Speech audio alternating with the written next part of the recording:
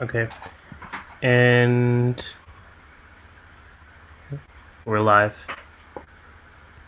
Good morning. Good morning, everyone. Welcome to the pre-program conversation before our rally on wheels to protest the cuts to Laurentian University and the three federated universities associated with Laurentian. My name is Minsuk Lee, and I'm here joined with Beverly Bain. We are Scholar Strike Canada. Beverly. Good morning, everybody. Bonjour, bienvenue. Welcome all to the Day of Action, Rally on Wheels, which brings together people from across the province and also Montreal to protest the draconian cuts to Laurentian programs, faculty, and staff. Today we'll witness, protests from across the province, Sudbury, Kingston, Ottawa, Toronto, Kitchener-Waterloo, Montreal, on cars, on bikes, scooters, and skates. We'll see people power registered against these, the provinces and the universities, insane treatment of faculty and staff and students in this particular time. So I would like to begin with a land acknowledgement before we begin with the next 2 hours of programming, to acknowledge the sacred land on which I live and work. I am in Toronto. For over 15,000 years, this land has been home to Indigenous people who have lived and continue to live in relation with the land in ways that have been proven to be ecologically sustainable, vital, and deep in our humanity by honoring our relations. This land is the territory of the Mississauga of the Credit First Nation, the Anishinaabe, Haudenosaunee, Wendat, and the Huron Indigenous peoples. Today, this land that I live and work is the meeting place of Toronto.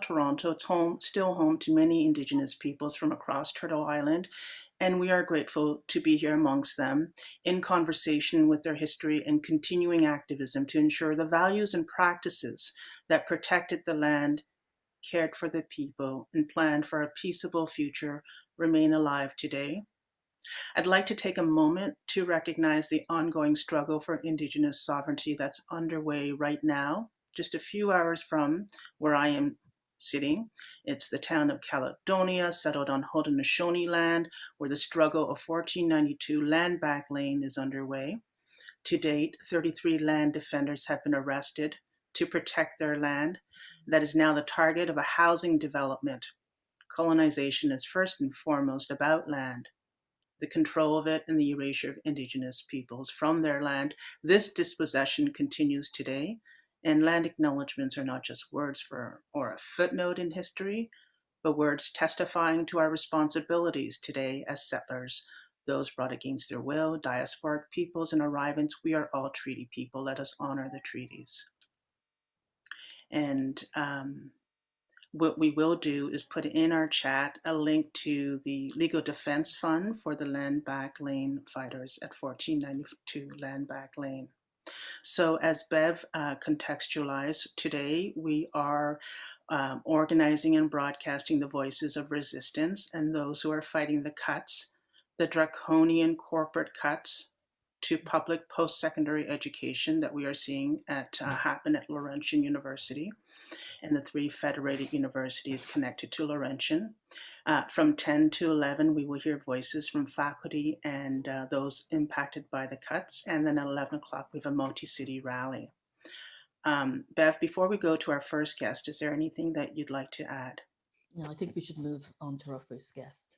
Okay, so we have Honor Babazon, who is the main coordinator for this Day of Action, assistant professor at the Department of Sociology and Legal Studies, St. Jerome's University of Waterloo. Honor, welcome to our pre-program for the Rally on Wheels. Can you tell people what they can expect to see and hear today, and why it's so important that today people organize and rally on wheels? Thanks, Minsuk. Thanks, Beverly. So I got the idea for the rally from the panel that I organized a couple of weeks ago on what's happening at Laurentian. A lot of the panelists spoke very eloquently about how what's happening at Laurentian is part of a much broader attack on universities and also on the communities in which universities are embedded in relation. Alan Sears spoke on that panel about the need to develop a network, defense network of university communities in order to fight off those attacks at Laurentian and elsewhere.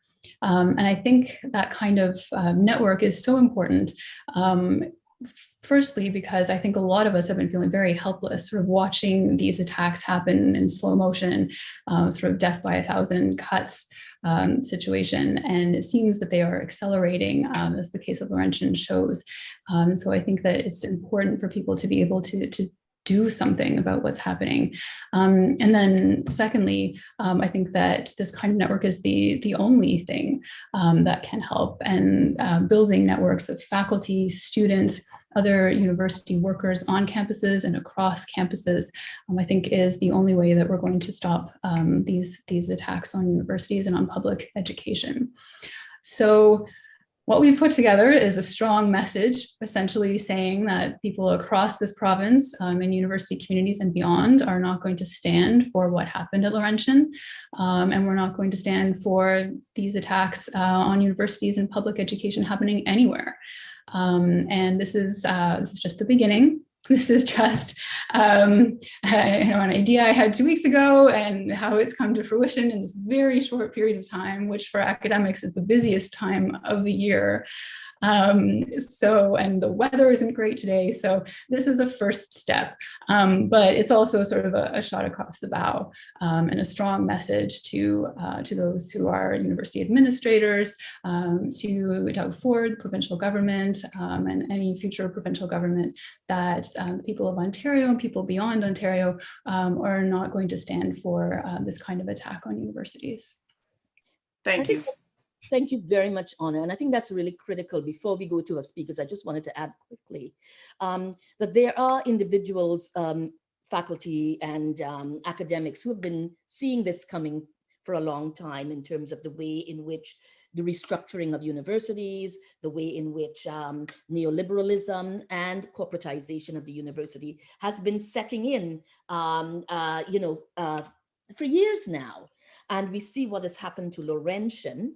I taught at Laurentian many years ago, and I saw that those kinds of dynamics were already happening. And we know people will hear from people here today saying that they saw this, they know this stuff is coming. We know that, programs, particularly Aboriginal, Indigenous studies programs, French programs, Black studies, other programs that are foundational in terms of knowledges that are against the Eurocentric canon are all under threat, right? Labor studies, etc. So we see what's happening. So this is a clear indication that it's so important for us to rally and to actually see this as a momentous occasion, not only to end here, but to keep this fight going. So I want to welcome our speakers. So Minsuk. Thank you, Beverly. Thank you for contextualizing it so succinctly. So I would like to welcome our first guest, Marianne Corbier. I'm honored to be in the same Zoom room with you and in the same rally and protest and to be fighting the same fight alongside with you, Marianne Corbier, who's the Associate Professor, Department of Indigenous Studies, and who's been a faculty member at the University of Sudbury since 1989. Marianne Corbier, thanks for joining us. Could you tell us a little bit about how these cuts have impacted you and your program right now? Okay. Everybody hears me fine? Yes. Okay. Yeah. The impacts have been profound on several levels. First of all, of course, is the students who are partway through their programs, or some of them in their last year, in some of them, of course, in our program, Indigenous Studies, and of course in other programs at the federated universities as well, the universities that are being terminated. And apparently this morning, or yesterday, one of them was in court to contest that determination. And our own university is in court presenting their motion on the same point as we speak. Okay, we're not sure what the prospects of success for that are. But back to the impacts on our programming, I guess there's several aspects to this. I guess on a more general level, it has a serious, it seriously undermines not just our program, our students' studies, but the interdisciplinary nature of what we do. And just to give an example, before I was on sabbatical, 1 or 2 years before that, it's 2 or 3 years ago, one of our top students in Indigenous studies was doing psychology along with Indigenous studies, along with women's studies. I can't recall if women's studies was still called that or if it already had changed its name. And this brilliant student, after she graduated from Laurentian, went on to a master's in psychology at the University of Toronto. So it really undermines students' abilities, especially with Thornlow. Women's studies is situated at Thornlow, and to do that kind of really important interdisciplinary approach to their studies.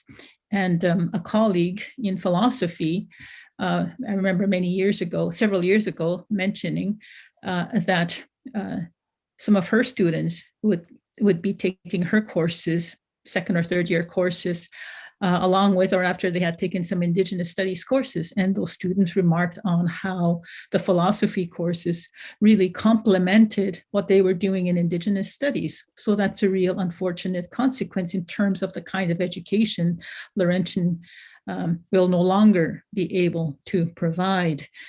And of course, myself being an Indigenous, my principal responsibility in Indigenous studies being teaching my language. Most people know that as Ojibwe. Our term for it is based on our term for ourselves. We call ourselves Nishnabek. Our language, we call it Nishnabemwin. And another profound impact there, because Laurentian and many others, I'm sure, do not really appreciate how imperiled our language is. I mean, if people look into the Indigenous language situation, using Statistics Canada data or other statistics, they'll notice that Ojibwe is among the 3 most likely to survive, the 3 Indigenous languages, in that it has in the range of 10,000 speakers still. What people might not realize without studying further is the speakers are people of my generation. You might guess, since I've been teaching since '89, that I'm not a spring chicken.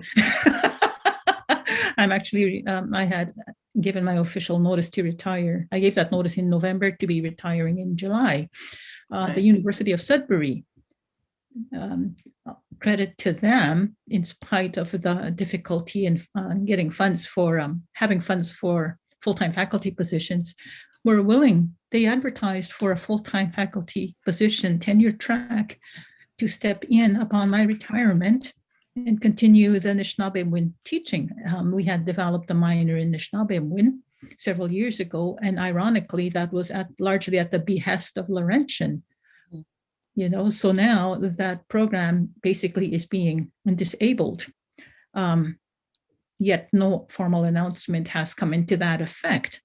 So offensive on many levels. Again, a part of which is our the label Indigenous and so on being used just for good PR spin without enabling the practical resources needed if you're actually going to contribute to revitalizing the language. So another profound impact, and related to the aging population, I'm sure we would likely not have found a mother tongue speaker to assume a full-time tenure track position for this vacancy we had. And over the decades, universities just simply have not been able to offer a full range of courses. Most of them offer just introductory Anishinaabe. How do you revitalize a language if all you ever offer adult learners is introductory Anishinaabe? Algoma University is the only one that actually offers a BA in Anishinaabe. Okay, so I guess it'll be up to them to try and help revitalize the language, along with the community-based initiatives that are not degree related. Those are just from informal learners committed to getting their language back. But the curriculum work that was done in Indigenous studies, since we committed to delivering these courses by distance, basically is the most thorough and complete set of learning resources that learners can draw on when they're away from immersion opportunities. I mean, it's hard to sustain language learning if you're in a place like Toronto where you're not within a community of a bunch of speakers where you can hear it regularly.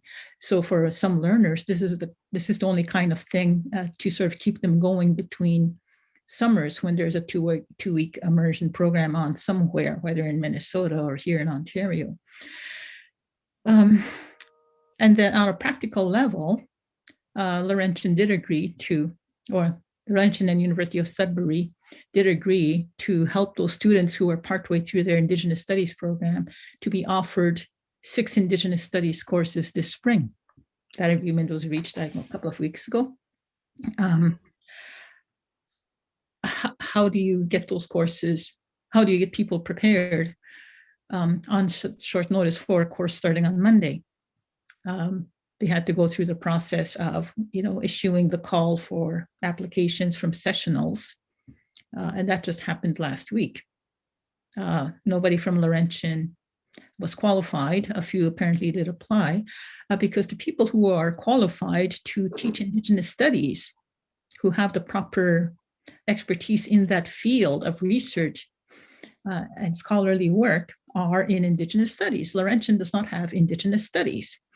Their solution beyond after spring was their idea is to create an Indigenous perspectives program, because they do have Indigenous content courses, which to qualify for that, a course just has to have 50% Indigenous content, or however that is ascertained as being Indigenous, and so on. So many problematic implications. Basically just undercutting Indigenous studies as a field of studies, a well-developed field of studies. It's been in existence at the University of Sudbury since the mid-1970s or so.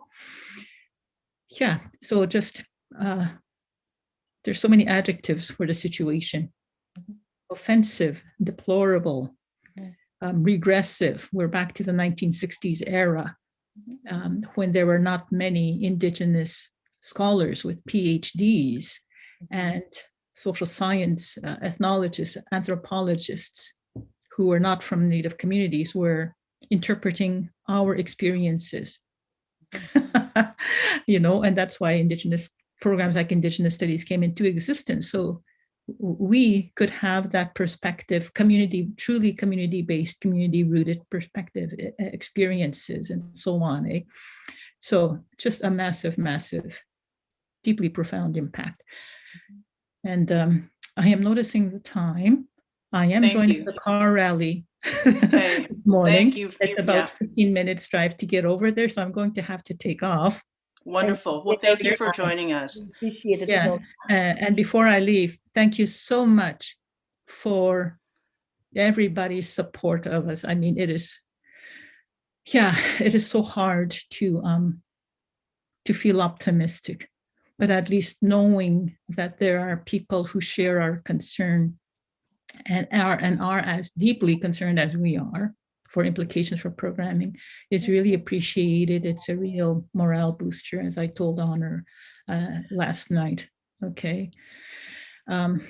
And I said, and we it's might not succeed, but we're not going to take this lying down. If we're going to go down, we're going to go down fighting. exactly. So, I absolutely agree. Okay. Thank you, Dr. Corbier. Thank you so much. And our spirits with you in the rally. Yes, for everyone listening to this pre-program, we are the pre-program for the Rally on Wheels to protest the cuts to Laurentian University. We were just joined by Dr. Marianne Corbier and over 1,400 faculty, Indigenous community leaders, and other members of the Indigenous education community signed an open letter calling on decision makers in this insolvency process to ensure the continuation of the Indigenous Studies program, which is the second oldest program on Turtle Island. And it's such a betrayal of the Truth and Reconciliation Commission's call to actions. And recently we heard the federal government might consider coming in to support the Francophone program, but we've heard nothing about supporting the Indigenous Studies program, which is now being decimated. And I just want to share some comments from Eve Tuck, who's an associate professor at the University of Toronto in the Ontario Institute for Studies in Education, who's also the Canada Research Chair of Indigenous Methodologies with Youth and Communities. Eve wanted to join us this morning, but couldn't, but did write a few words of solidarity to express support to Laurentian faculty, staff, students, and families on today's day of action. Eve was the keynote speaker in 2016 at the Indigenous Research Conference at Laurentian University. And she writes, I was inspired by the rich discussions about Indigenous research, the dedicated staff, and the brilliant and exciting scholarship by students and faculty being featured at the conference. I am dismayed by the series of irresponsible and neglectful political decisions that have culminated in the firing of faculty and staff. The refusal to act sooner has resulted in this terrible set of outcomes. I am especially alarmed to hear about the cuts and the decimation of the Indigenous Studies program. But there must be other paths forward, paths that require transparency and responsibility to communities. Higher education is an important promise to Indigenous communities and to all communities in Greater Sudbury and Ontario and Canada. So those are the words of Eve Tuck at U of T. Bev. Thank you very much, Minsuk. And again, thank you to Dr. Corbier. We now have Dr. Christina Bates from Laurentian, who's also an associate professor at the School of Midwifery. The Midwifery Education Program. Welcome, Dr. Bates. Good morning, everyone. Thank you for joining us. And I know you bring a message in terms of what's happening with the midwifery program, and we know what it's like, for northern programs such as the midwifery program to be taken away, and what that means for people in the northern parts of Ontario who, don't have access, to programs like this elsewhere. And now a very critical program has been taken away. And what does that mean, for students and people who want to access such a program, and what it means in terms of the larger picture of what, we see is happening in terms of education in this province.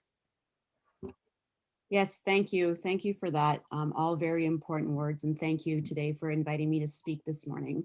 So as of 11:59 p.m. tonight, I will no longer be a prof at the School of Midwifery, École de Profession des Sages-Femmes. So as you've probably already read in the news, the Midwifery Sage-Femme program at Laurentian is pretty unique.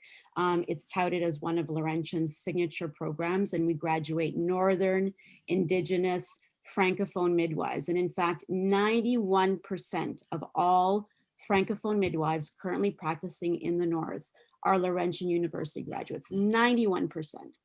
And more than half of all Indigenous midwives currently practicing in the North are also Laurentian graduates. So as you've read in the news, we are the only midwifery program in Canada that offers a francophone program dans un milieu francophone minoritaire. On est le seul programme bilingue dans tout le Canada. We are the only bilingual program in all of Canada, never mind just Ontario. So we train midwives in French, also from other provinces that return to their provinces to deliver reproductive healthcare services en français, yet we were cut. So it's a program that was led by all women academics, all 14 of us, and we were cut. And we were cut because we are told Laurentian wanted to focus on programs that were in high demand and had high enrollment. The Laurentian University School of Midwifery was at capacity every single year. We received 300 applicants for only 30 seats every single year. And we would love to grow, but this is a cap that was imposed by the government. And some of the metrics that Dougie uses to measure the performance of Ontario's colleges and universities are proportion of graduates that are employed full-time, graduates' earnings, their skills and their competencies. Well, I can tell you that every one of our highly skilled and competent midwifery graduates is assured guaranteed funding in Ontario. So we have a 100% employment rate after graduation, but we were cut. In terms of graduate earnings, also important to Doug Ford and his government, our grads have a very high starting salary after their 4 years. It's about $90,000 a year guaranteed, and they were cut.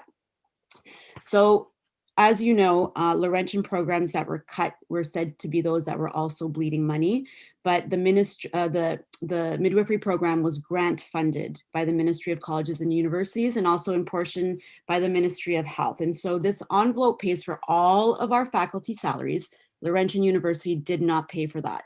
It paid for all of our operating costs. Laurentian University did not pay for that.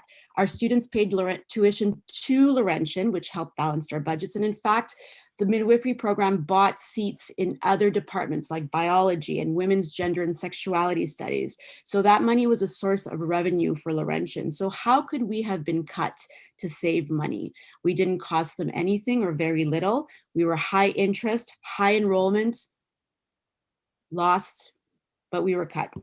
So at a recent meeting between our students, the Dean of the Faculty of Health, the Associate VP for Student Affairs, which was to be a meeting about our student options at LU. The students quickly turned this around at them because really you don't screw with what we call baby midwives, student midwives. They demanded answers as to why we were cut. And they were told, which was a surprise to us as faculty who attended this meeting, that midwifery was cut because the province of Ontario might decide to stop its annual funding payments for the program. Completely laughable. The province of Ontario has never in the past 20 years or so failed to provide this funding to midwifery. Why would they suddenly stop? There's only one other program at Laurentian University that is also envelope funded with the same model. They were not cut. So are they not worried about this continued funding model for that program as well? And if not, why aren't they? We know that midwifery is a growing profession. There's no logical reason to cut its funding. We know that there are wait lists for midwifery care. There are more pregnant people wanting midwifery services than there are licensed midwives. There's no logical reason to think that the government would stop the funding of the program. And in fact, the administrators of the other two universities in Southern Ontario that offered this same midwifery program with the exact same funding model are not worried about their programs no longer being funded by the government, but Laurentian is. So just to tell you a bit about the more personal impact on our students. So our students who are currently in year 1 and 4 of our program are being shuttled to our consortium partners, McMaster University and Ryerson University in the South. We're very grateful that these two universities are trying very hard to accommodate our students so that our students are not left orphaned with nowhere to complete their education. But the truth of the matter is that Laurentian is forcing these students out of the North, which will have a direct impact on midwifery services, on pregnant people, on reproductive health services in the North. The ripple effect for women and birthing people will be felt not only in Ontario, but across Canada. Laurentian is forcing our Francophone students to either integrate into Anglophone programs in the South or abandon their dreams of becoming a midwife.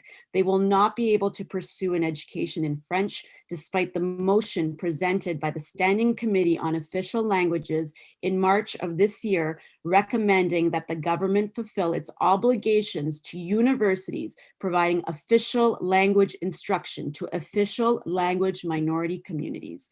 Students that have applied to our program in February 2021, before all of these insolvency proceedings, are now receiving offers to McMaster or Ryerson instead.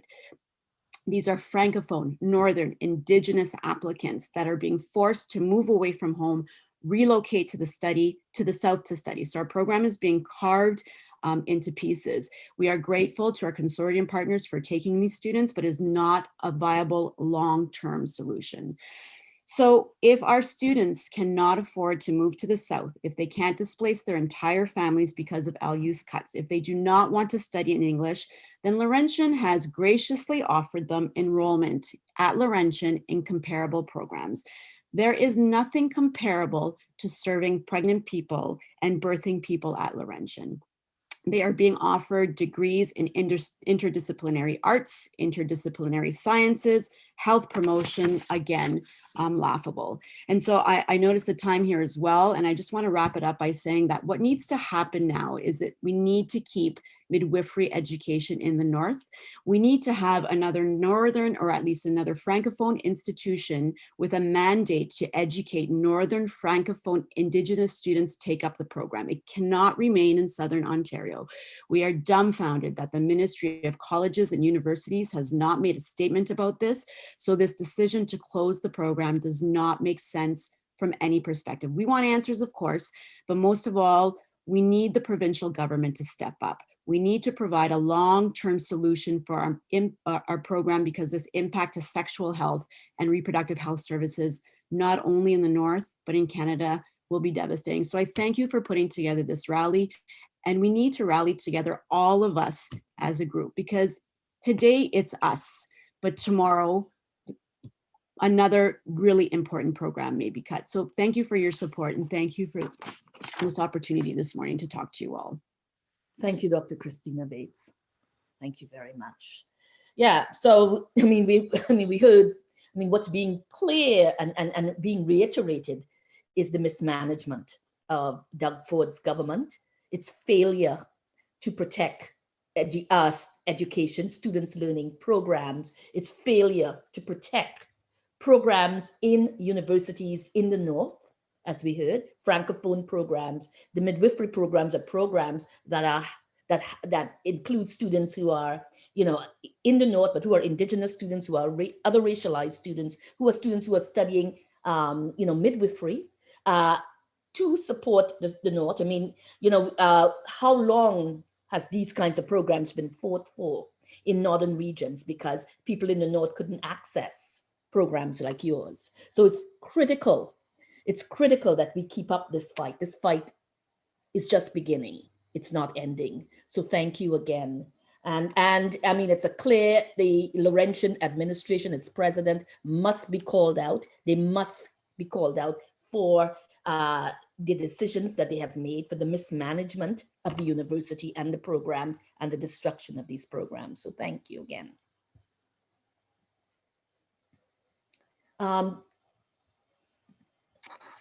I think we should move to Dr. Varelli. I think you're right, Beverly. I think that Nadia Varelli should be joining us soon. I'm not certain. Is Nadia already on? Good, great. Welcome to the pre-rally program, Nadia.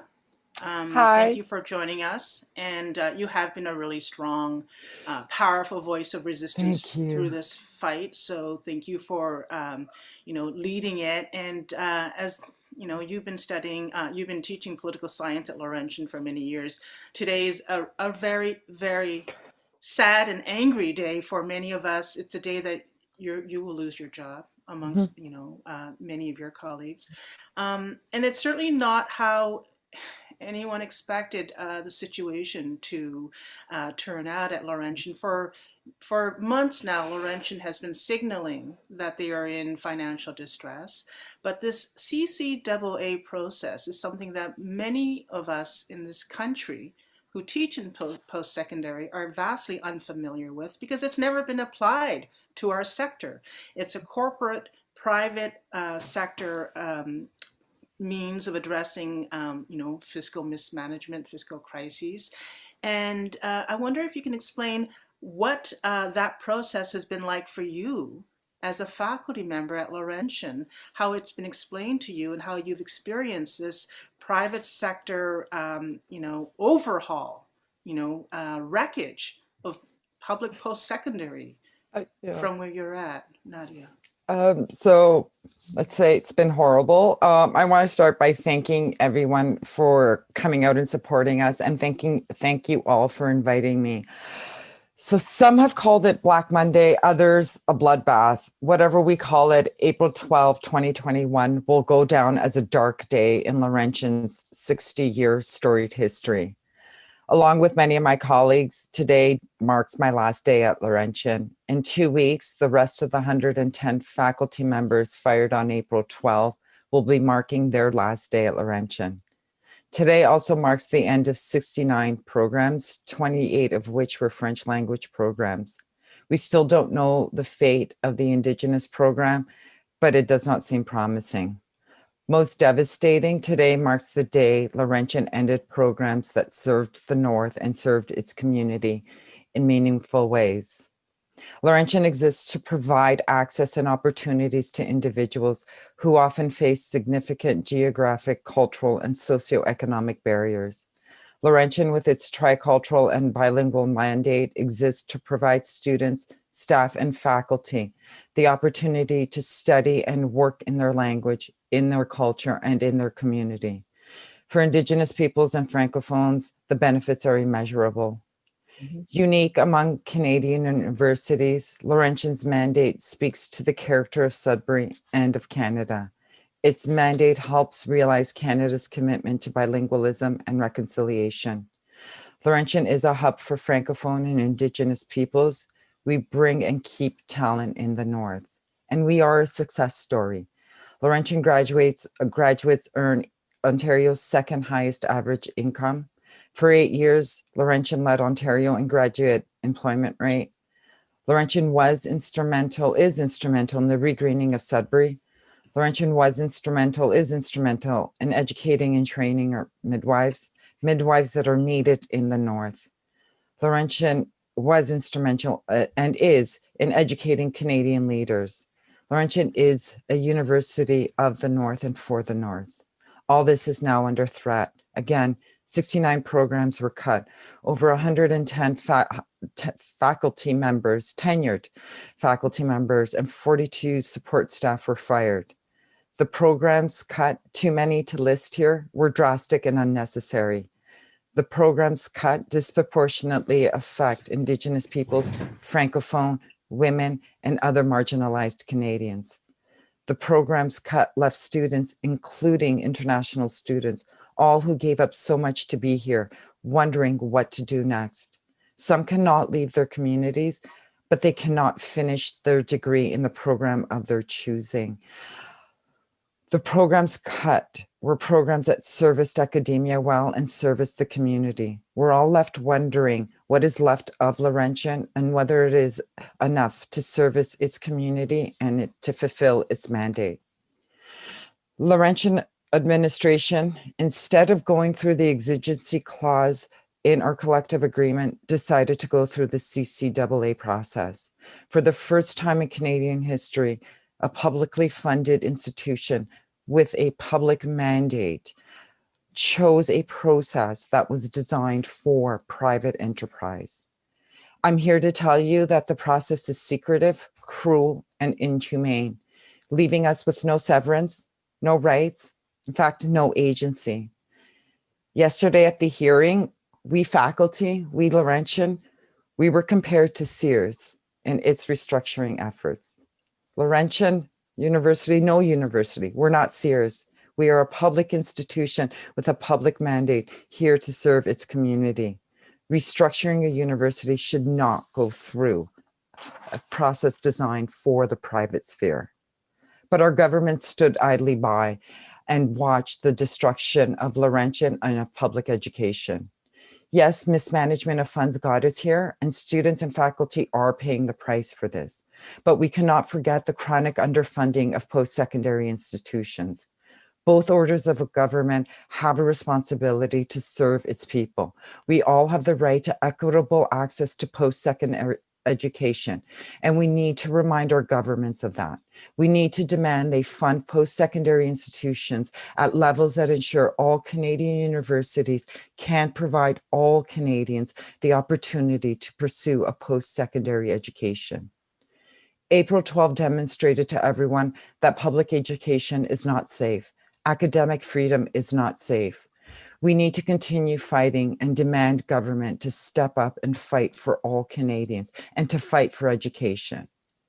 So here it is. It's my last day at Laurentian. I'm still sad and I'm devastated.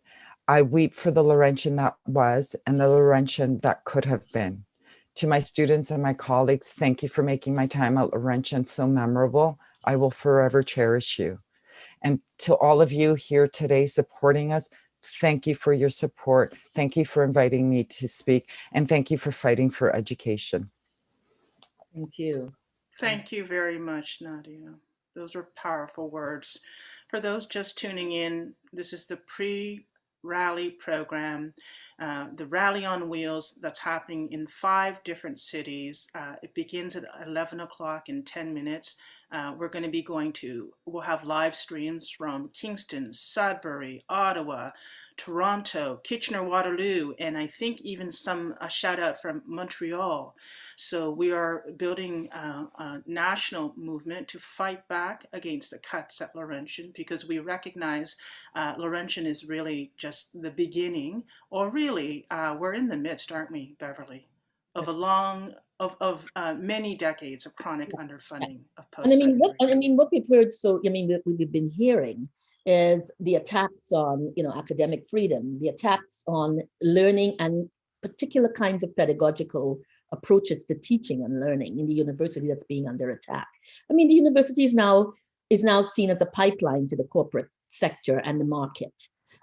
So what now defines the university and continues to define, even in much really egregious term, is capital and capitalism and financialization. So even programs like midwifery and other programs that are really and the Indigenous program that has taken so long to build and to be built by the people with those knowledges are now completely decimated.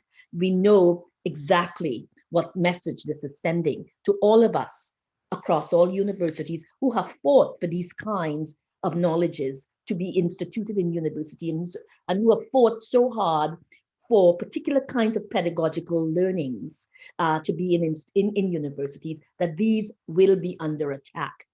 And what the university will become is another corporate institution, a financialized institution that gets treated as big business. Yes, absolutely. And it's a staggering display of government intervention in the post-secondary sector.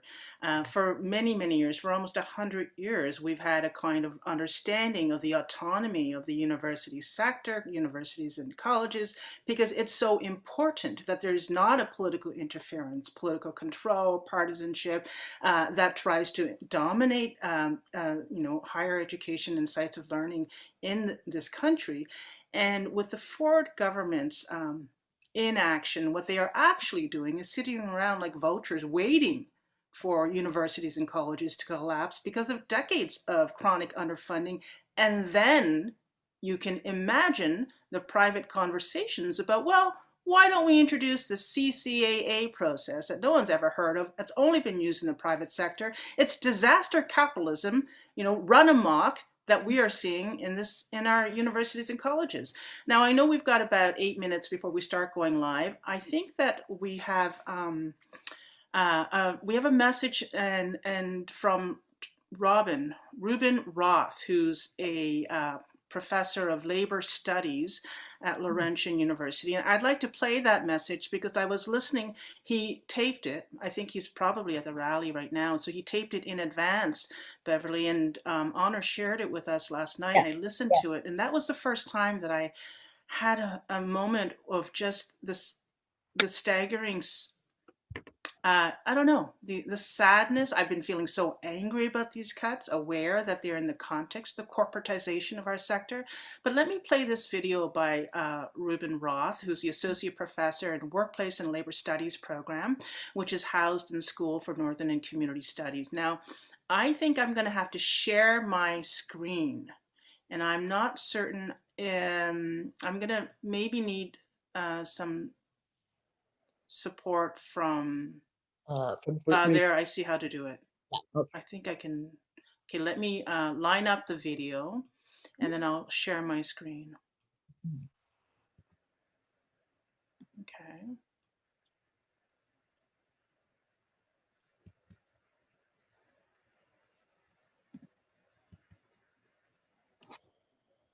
Can you see this? Yeah, I can see it. Okay. So All right, I'll play it now. All right. Yeah, I can play.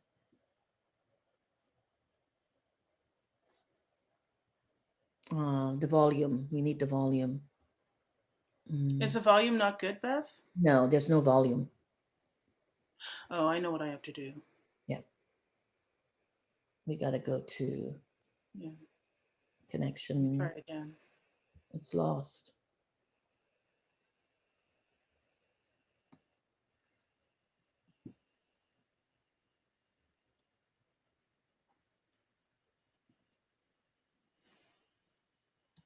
Yeah. Hello, my name is Reuben Roth. I'm a faculty member at Laurentian University. I teach in the Workplace and Labor Studies program. I've been at Laurentian University for 16 years. Before that, I was a sessional at Trent for another 5. And here's my story. Despite the fact that COVID had been with us for 1 year, on the night of January 31st, 2021, I went to bed secure and comforted in the idea that I had achieved a place in life, a kind of nirvana, bliss, and a sense of security. I was coddled and wrapped and privileged. I knew that I was privileged, even though our faculty association, my union, had been in negotiation since about March of the previous year, and our collective agreement had expired the July before that January night of January 31st, 2021. I knew I would be just fine because I was a tenured university faculty member with 16 years of seniority, a stable academic program with students I felt close to, a supportive dean, and an administration that was floating, somewhere up there, but generally left me alone. And that was January 31st when I went to bed. And then February 1st happened. And that's when all hell broke loose.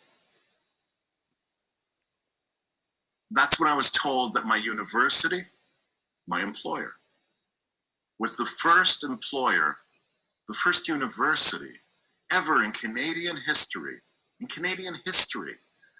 to file for insolvency protection, which is like Chapter 11 in the US. That's when I found out I no longer worked for a university, I worked for a corporation. You see, you have to be a corporation to be admitted into the CCAA club. What's that, you say? What's the CCAA? Well, it's the Companies Creditors Arrangements Act. And it's a piece of federal law that allows my employer, Laurentian University, to shred my collective agreement, to shred my job security. The CCAA allows my employer to stab my collective agreement in the heart. The CCAA shreds my collective agreement, the document that I look to for job security, for promotion, for progress through the ranks, for sabbatical, and all of the things that tell me that I am a university professor who is engaged in research and teaching, and I'm important to the lives of my students. My employer, Laurentian University, had other plans. They told everyone who could listen in Sudbury and across Canada and frankly around the world that they, Laurentian University, were in trouble because I was overpaid.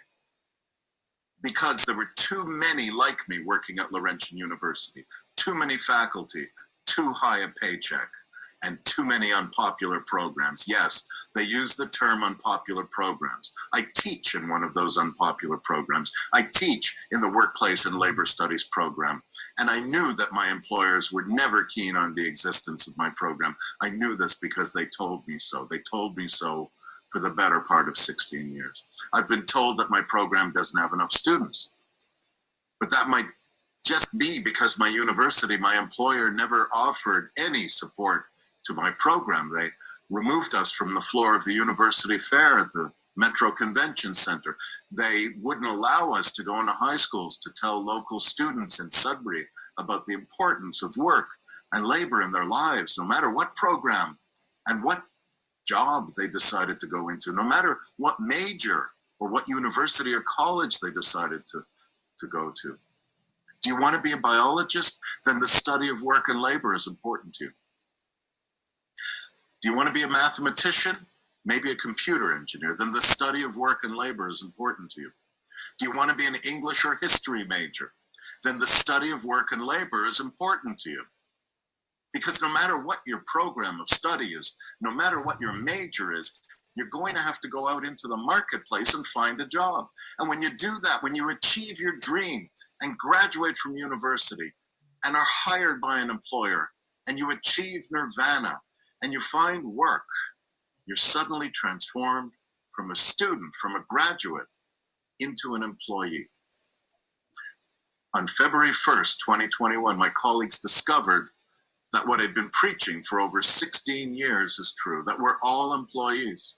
On January 31st, I went to bed absolutely secure in the knowledge that I had a secure job, that in the entire history of the country, a university professor in Canada had never been part of a mass termination. On February 1st, I discovered that what I'd been preaching for years was true. I'm just an employee. I'd gotten into trouble for saying that. I've been told, oh, you have 3 degrees and you're a doctor. You have nothing, you're not a member of the working class. You're not just an employee. You can't pull the wool over my eyes. My students would tell me that. My colleagues would tell me that. I disagreed with them, but I was still secure in the fact that I was not just a mine worker or an auto worker or a construction laborer, but that I'm a working professor and I conduct research and I am valued to my employer. On February 1st, I discovered that I can just be an employee, a terminated employee, just like everyone else who had been fired by the Companies Creditors Arrangements Act. Fired without severance, fired without benefits, fired and straight out onto employment insurance. Watch out. That's my message to you. Watch out. They're coming for you next. Do not go to sleep tonight secure in the fact that you're a tenured university professor. It doesn't mean a thing in the face of the Companies Creditors Arrangements Act. And this is all taking place while the provincial government stands by silently and says nothing and does nothing. This is all taking place while the federal government stands by silently and does nothing and says nothing. 116 of my 345 colleagues have been thrown to the street without any severance pay, without any benefits. We're going straight to employment insurance, just like a mine worker, just like an auto worker, just like a store clerk. At the end of the day, we're no different than any other employee. I have a doctorate hanging in my office, just like the rest of you. I have research projects and contracts and publications and students. But at the end of the day, I'm just an employee. And my employer fired me and 115 of my colleagues on February 1st, 2021. And that can be you. Thank you. Yeah. That's sobering words. Very, very, very, yeah, very profound. And, you know, obviously he's not saying we should be given particularly elite special privilege protections because we work in academia, but that labor rights and workers' rights should be provided to all workers. Yeah, well, I mean, I think it's really critical that we actually specify. What he's saying is that, you know, we should not, is that, and what the message is, and what he's saying is what the message is from government is that we should not expect to have job security. We should not expect to have benefits or pension, right? We should not expect to have, as you know, academic freedom. We should not have expect to have agency and control of the knowledges and the work that we teach. And if the message is saying that we who are trained in a particular way and work in a particular kind of institution that actually was shaped to shape these kinds of practices and knowledges, what then do regular people who are working, who right now do not have job security, do not have sick days, do not have pensions, what should they expect? Nothing, right? I guess the message is here is that you are not safe, not just us in the university, but those who don't have it better not be looking or expecting it because it isn't going to come. And I think as far as I'm concerned, and I'm going to say it, I think that the province has declared war on the people, right? And I think that needs to be made very clear. This is a war they have declared on all of us, workers, right? And let's be clear that some of us are going to be impacted more by this particular attack because we are not all in the same in the universities in the same way, right? The fact that we do have certain protections in the university, we're not all in the same way. So some of us are going to be more impacted, particularly those who are racialized, indigenous, those who are newer to the institution, right? But I think the overriding message here is that this is not just about us in the university. This is also about a message that says no one should ever feel entitled to security in terms of work, in terms of sick days, in terms of pay, in terms of pension. And that in itself is a declaration of war. Absolutely, Beverly. Especially now we're seeing in the context of the pandemic, the denial of paid sick days, the denial of legislated, employer-provided paid sick days in the midst of a pandemic. It is an absolute attack. And I think it's not going too far to call this Ford government's disinterest in protecting the lives of precarious workers, in particular, essential workers who are so valorized at the beginning of the outbreak, their denial of protections that they know save lives, that it is a form of social murder. So this is the context that we are living in this province of Ontario in 2021. It's a context in which what's happening at Laurentian is meant to discipline all of us, to discipline everyone across sectors, that this is what you can expect as a worker in Ontario. Now we should go to the live rallies because people are starting to tune in and we're getting some feeds from 5 different cities and it's great. These are social distance rallies. We understand the kinds of constraints of gathering in public spaces. Despite that, people are taking the risk. They are taking action because we are not going to sit back and let this happen. We are not going to allow the post-secondary education sector to be shredded and ripped. And we're not going to allow education to be commodified as some kind of knowledge, production factory for the mining resource industry and for the corporate sector. So we're getting our first feed, I believe, Beverly. Are we from Kingston? Yes. Well, I think who I'm seeing here, I'm seeing Sean, Scott, and Megan.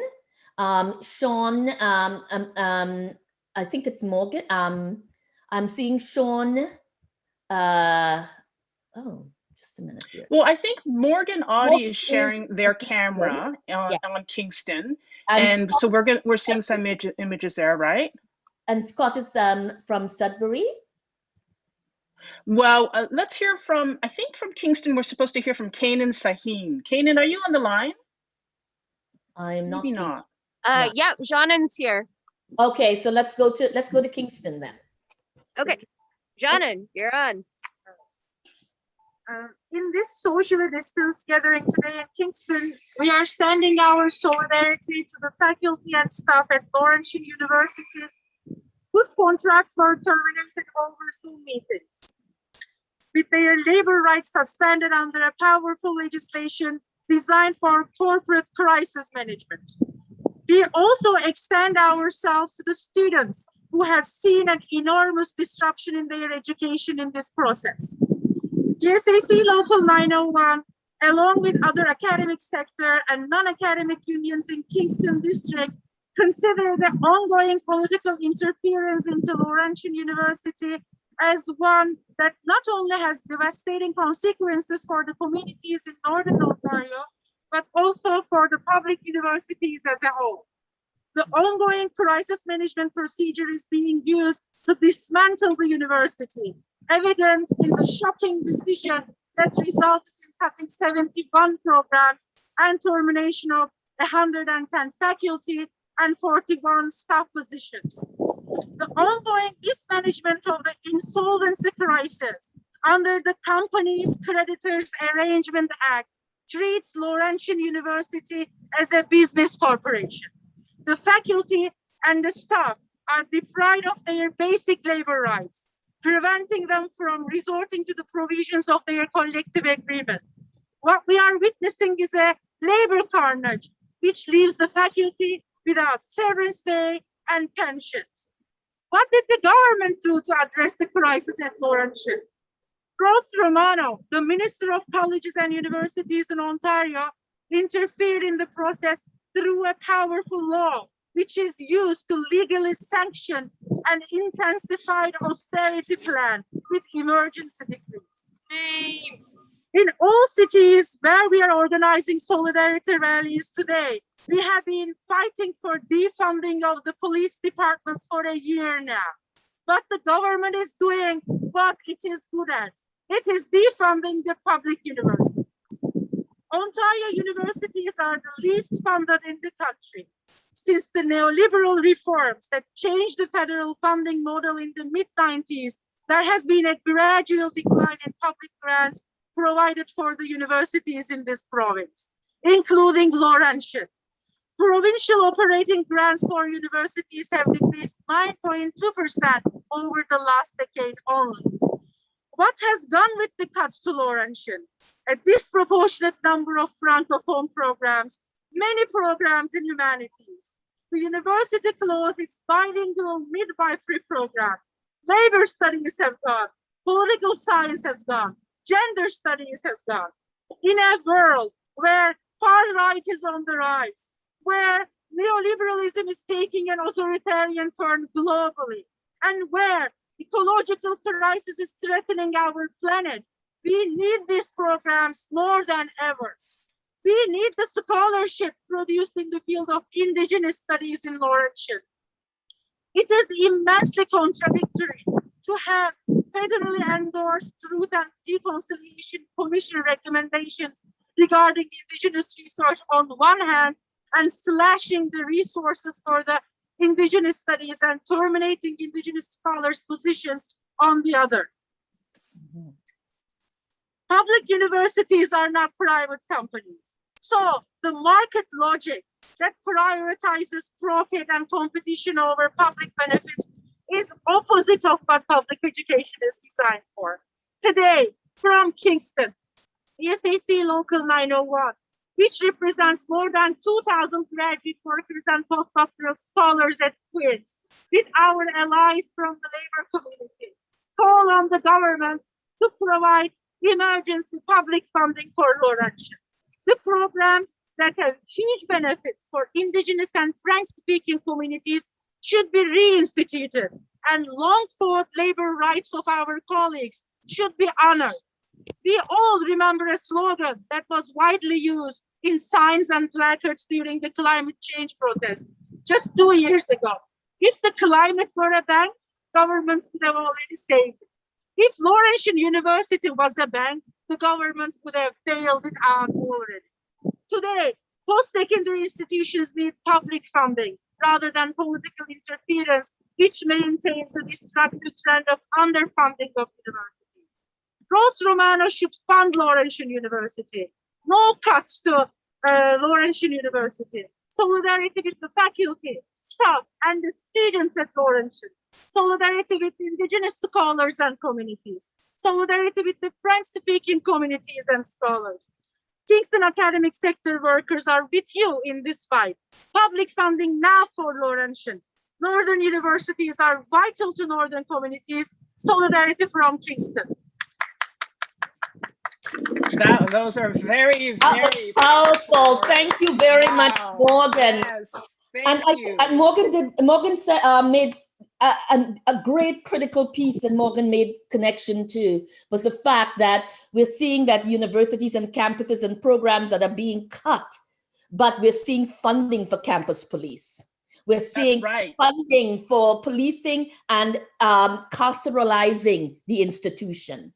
And I think that's really a really good connection, that of course there's money, but the university is being protected by police because it's property, as Ronaldo Walcott tells us, and it's also about property that needs to be protected from students and from, those who actually should in any way challenge the institution at any point, right? So you're right, Beverly. We've seen a historic year of organizing in communities across Canada to fight for defunding of the police. And what does this government do? It defunds education.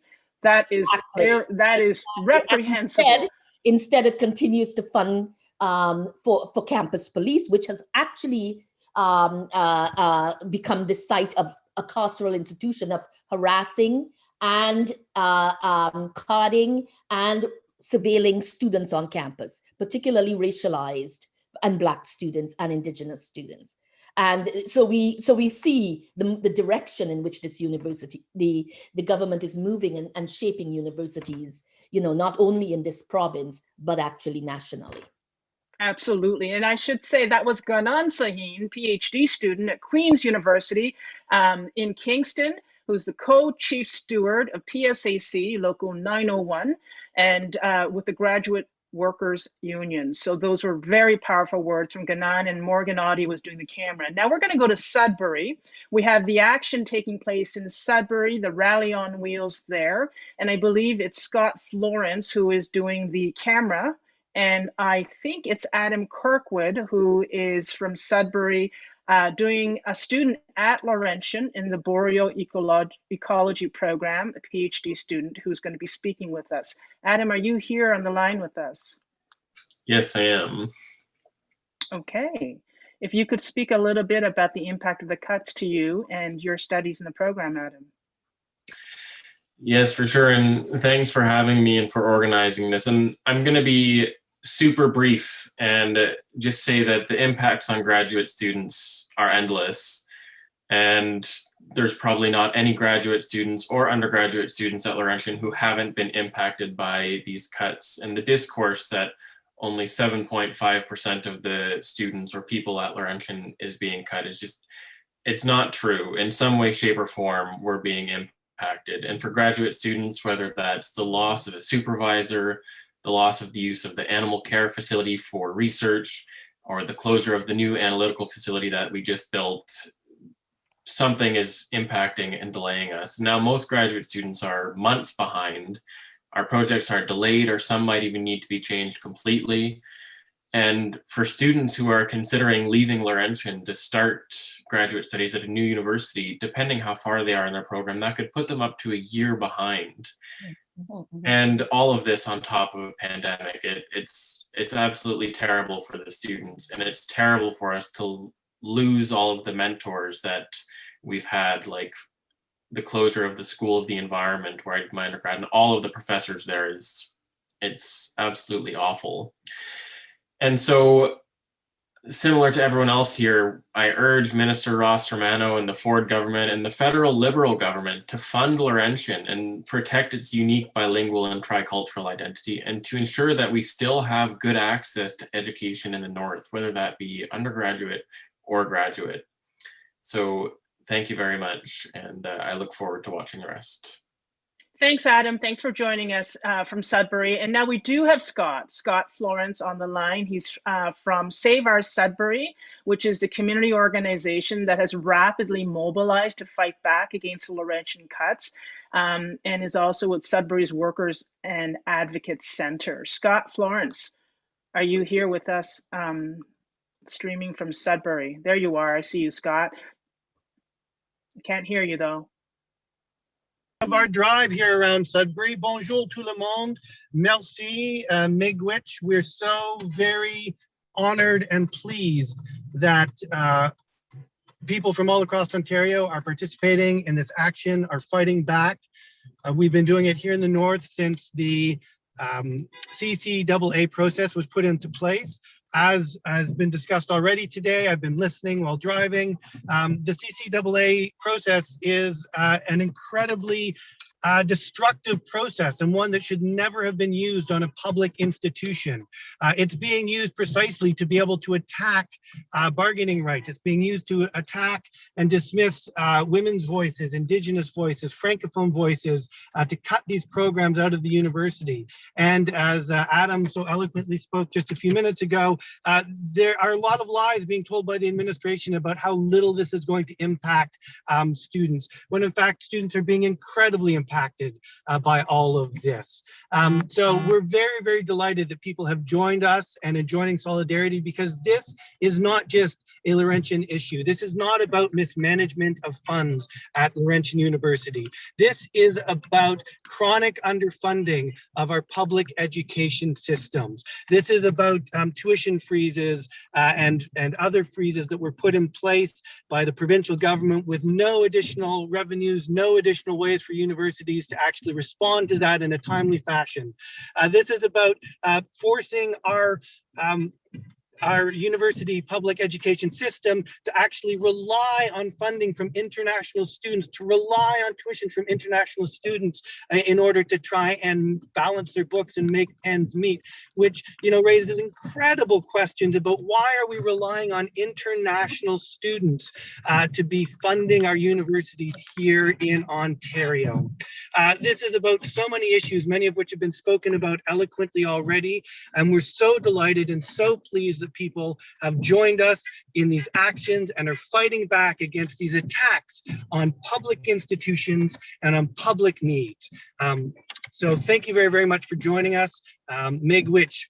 Okay, one question there, Scott. You're in the rally on wheels. What does it look like outside your window? You know, what's the action there? Yeah, so we have 45, 50 cars trailing behind us. So we're going very, very slowly here around the Laurentian campus. It's early still, so I think we might even do a double loop. But as you can, I don't know if the camera can pick it up or not. Are you able to turn your camera so we can see? Yeah, so the camera is being, the line is stretching up all through behind me, all along the university roads here. And we're driving slowly, we're honking our horns, we're making a lot of noise. People are waving at us as we're driving by them. Yeah, make a lot of noise there, Scott. That sounds great. 50 cars circling the campus at Laurentian. Is that what you're seeing there? Okay. Yeah, 50 or more. Hard to tell. Fantastic. Thank you for joining us, Scott. Oh, thank you very much for doing this, for organizing these strikes. I really want to give a big shout out to Honor Brabazon and to the Scholars Strike for putting in all of the work and the effort for doing this. Merci beaucoup. C'est très important pour nous ici dans la Nord. Miigwech. Thank you, Scott. Much appreciated. I see we have Sean McKenney, Joan, Eric Dupuis from Ottawa, that they're on the line. I'm going to we are going to Ottawa next, Bev. You're right. Yes. I think it's Eric's camera. Eric's camera is on. Yes. Hi. Are you able to hear me? Yes. Is this Eric? Yes, it's Eric. I'm just going to give you a little bit of a glimpse of what's going on here at the rally in That's Ottawa. wonderful. Thank you. So Eric, we can see about. Yeah. Go ahead, Eric. Sorry. Yeah, so we can see about a dozen or so vehicles here rallying, honking their horns, making their voices heard. Wonderful. I'm just going to set my phone down for a moment so that you can see me now, because I'm just going to speak a little. So we're here today on the traditional and unceded territory of the Algonquin people on this rainy and very cold day, which I think sets the mood perfectly for the sentiment of the situation. We're also in front of Jeremy Roberts' office. He's a Conservative member of provincial parliament. Right. And for Ottawa and West Nepean. We would like for him to know that because we are here today because we're passionate about post-secondary education, and that in this province, and especially universities that are serving Francophone and Indigenous communities. I'm going to speak a little bit about my experience at Laurentian in French. So, je me présente Éric Dupuis et je suis diplômé de l'Université Laurentienne d'un programme francophone.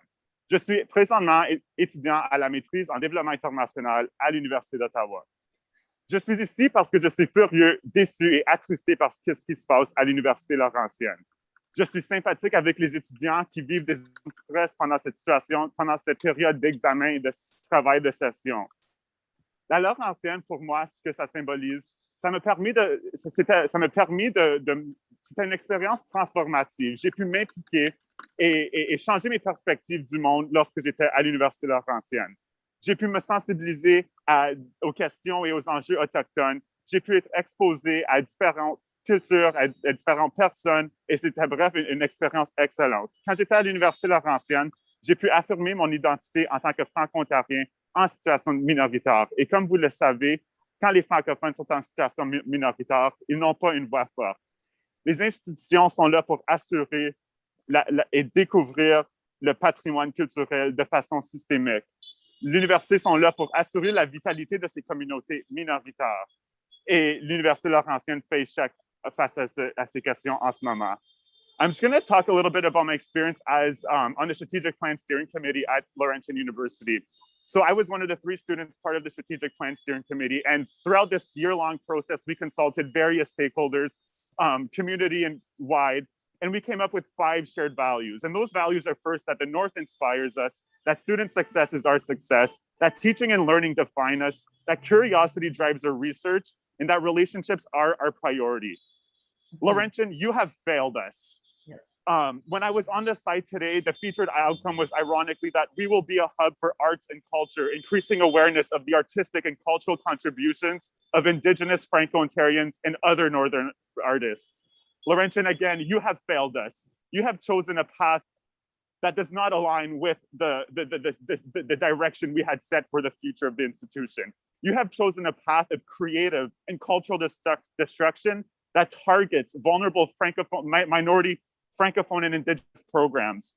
You have destroyed the livelihoods of so many academics overnight. You have forced students to change their future academic path, hindering their academic experience.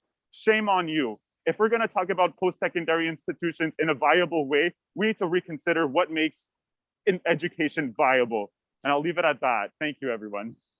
Thank you, Eric. Eric Dupuis is an MA student at School of International Development and Global Studies at the University of Ottawa, and he's also a Laurentian University alumnus. Thank you for that. We have Joan Kuyek on the line as well, also from Ottawa. And Joan Kuyek is author, community organizer, and researcher living in Ottawa. She was the co-founder of Mining Watch Canada and lived in Sudbury for many years. Welcome, Joan. Hi, I'm really honored to be able to speak today to support the students, faculty, and the programs at Laurentian University.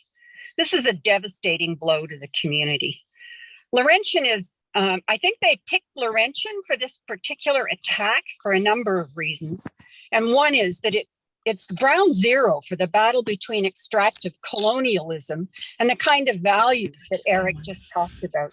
The values of caring and looking after the earth and taking care of one another, and diversity and support for Indigenous rights and people and the environment. It's and I think what's happened is that the mining industry has got the university they always wanted now.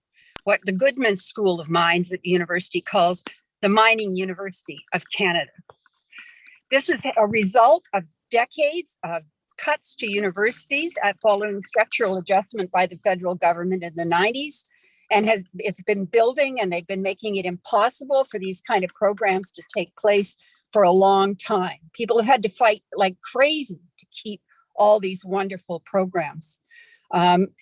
Even the restoration biology program, which has been celebrated so much for the regreening of Sudbury, has been cut. And I think it's a real indication that the mining industry in Sudbury in the north wants to have complete and total control over all these kind of programs, and that programs like Indigenous studies and Franco-Ontarian studies are just a damn nuisance to them. They want to make sure that there's fewer and fewer opportunities except the mining industry in the north, and they've succeeded in doing it. The CAA process has allowed them to reboot the whole system, and I think it's a real warning and should be a real fear for any other people in universities who care about what universities could be across this country. So thank you. And I just really, my heart goes out to the people I know and love in Sudbury, and to all of those who I don't. And I hope that we can win this one, but it's going to take one hell of a battle in front of a government that doesn't really care about it at all. It sure will, Joan. Thank you for that. Thank you so much. We have Sean McKenney, who's president of the Ottawa District Labour Council, on the line from Ottawa. Sean, welcome. Thank you. It's really very different. Joan is sitting in a car right beside my car as we sit outside Jeremy Roberts' office, and I've been here a lot over the years for a number of different rallies in front of Jeremy's office, who of course is the NPP for Ottawa West Nepean here in Ottawa. And I just want to give a shout out to the organizers of this event, because I'm telling you, the safety protocols that are in place here, mask wearing and physical distancing. So it's really cool that way that they put so much effort into ensuring the safety of all of those that are participating. Many cars in the parking lot. Look, you know, we're bringing solidarity from our Labor Council, the Ottawa District Labor Council. There are 90 affiliated unions to the Labor Council, representing about 50,000 workers in the city of Ottawa. We had a membership meeting last week where it was unanimous in respect to the endorsement of the campaign that a lot of people have worked on, including the Ontario Federation of Labour. Right now, the Labor Council is in the process of bringing together folks for a strategy meeting to talk about our city council and ensuring that our city council pass a motion. I know that others have done that. We're in the process of doing that. We haven't done it yet, but we will be. And that is the Ottawa University, Carleton University, St. Paul's, Algonquin College, Le Cete College, as well as the Canadian Association of University Teachers will be joining us at that meeting as well, because we really do believe this is a community issue. We really do believe that what's happening in Sudbury could happen to a number of other communities, including Ottawa here. We don't want to see that happen. It's not cool. It's not good for the community. It's not good for those that call our city home, live here, or work here. So we do believe that our city council has a significant role to ensure that there is no opportunity whatsoever to see what is happening in Sudbury happening here. I can't stress enough that this is a huge issue to us and to everybody in the province and elsewhere as well. And we at the Ottawa Labour Council will do whatever requested of us in respect to showing our solidarity in trying to ensure that our city council pass a motion that will support the efforts of so many people across this province. So again, thank you. Thank you. Sean, could you turn your camera so we can see is it possible for us to see what's going on in Ottawa? It's you know, I got foggy windows and rain on the windows, but let me see what happens here. Are you next to other cars? You're not going to be able to see it really well, but yes. But yeah, there's a lot of cars here, and again, a lot of horns being honked. Clearly there's a lot of support here for Laurentian University trying to send us here in Ottawa trying to send a message to Jeremy Roberts. Great. Wonderful. Thank you so much, Sean, for joining us. Thank you. Yeah, thanks for that. Susan, I noticed you've been on the line. Are you from, is that her iPhone? I think Susan's joining from the cities that are coming later, and I think it's Noah on the. All right. On the line, if I'm right. All right. Hold on, Susan. Oh, hi. I see Teresa Zurich from Toronto. I'm going to Noah next, I think, if that's possible. Noah there? Noah's in Ottawa, and then we can then move to Toronto. Okay, sorry. I didn't notice Noah. And for anyone, yeah, Bev, I guess we should just remind folks tuning in right now, this is the multi-city rally on wheels to fight against and protest the cuts to Laurentian University. We're getting live feeds from Kingston, Sudbury, Ottawa, Toronto, Kitchener-Waterloo, and I believe Montreal is going to be joining in. So Bev, I believe we've got Noah from Ottawa. Yes, we've got Noah from Ottawa. Hi, Noah. Are you there? Hi. Hi, Noah. Good. Are you there? I don't see Hi, Noah. yeah, I can hear you. I do. You can hear me. Great. Okay. Hi, welcome, Noah. Welcome. Thank you. Thanks for joining us. And Noah is a PhD student in biology at Carleton University and an LU, Laurentian University alumnus, right? And you're coming to us from Ottawa. That's right. Yeah, I'm a PhD candidate at Carleton right now. Okay. And I did my undergrad and my master's in biology at Laurentian. I was trying to speak a little bit about the people there and my experience at Laurentian, which was really unique. Sorry, it's very loud here, so let me know if you can't hear me. Okay. Okay. Go ahead. Thank you. So, as I said, I did my master's and my undergrad at Laurentian, and those were among the best years of my life. I had amazing friends and colleagues who are like my family now.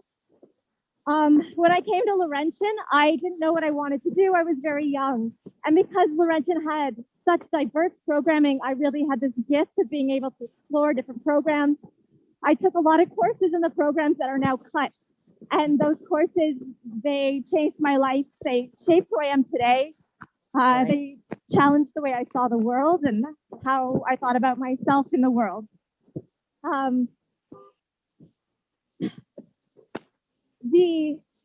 The programming at Laurentian, the staff and the faculty at Laurentian, because of them, I was really able to discover what my passions were, what my drive is. I learned how much I love research and discovery, and that's a gift that Laurentian gave to me. So the staff and the faculty at that institution at Laurentian are incredible individuals. They're warm, they're supportive, they're engaging, they're approachable. And the fact that they had their livelihoods taken away in such a disrespectful fashion is really earth-shattering for me. These people have been my mentors. They've been the benchmark by which I've measured my successes against, by which I've determined my aspirations and my goals.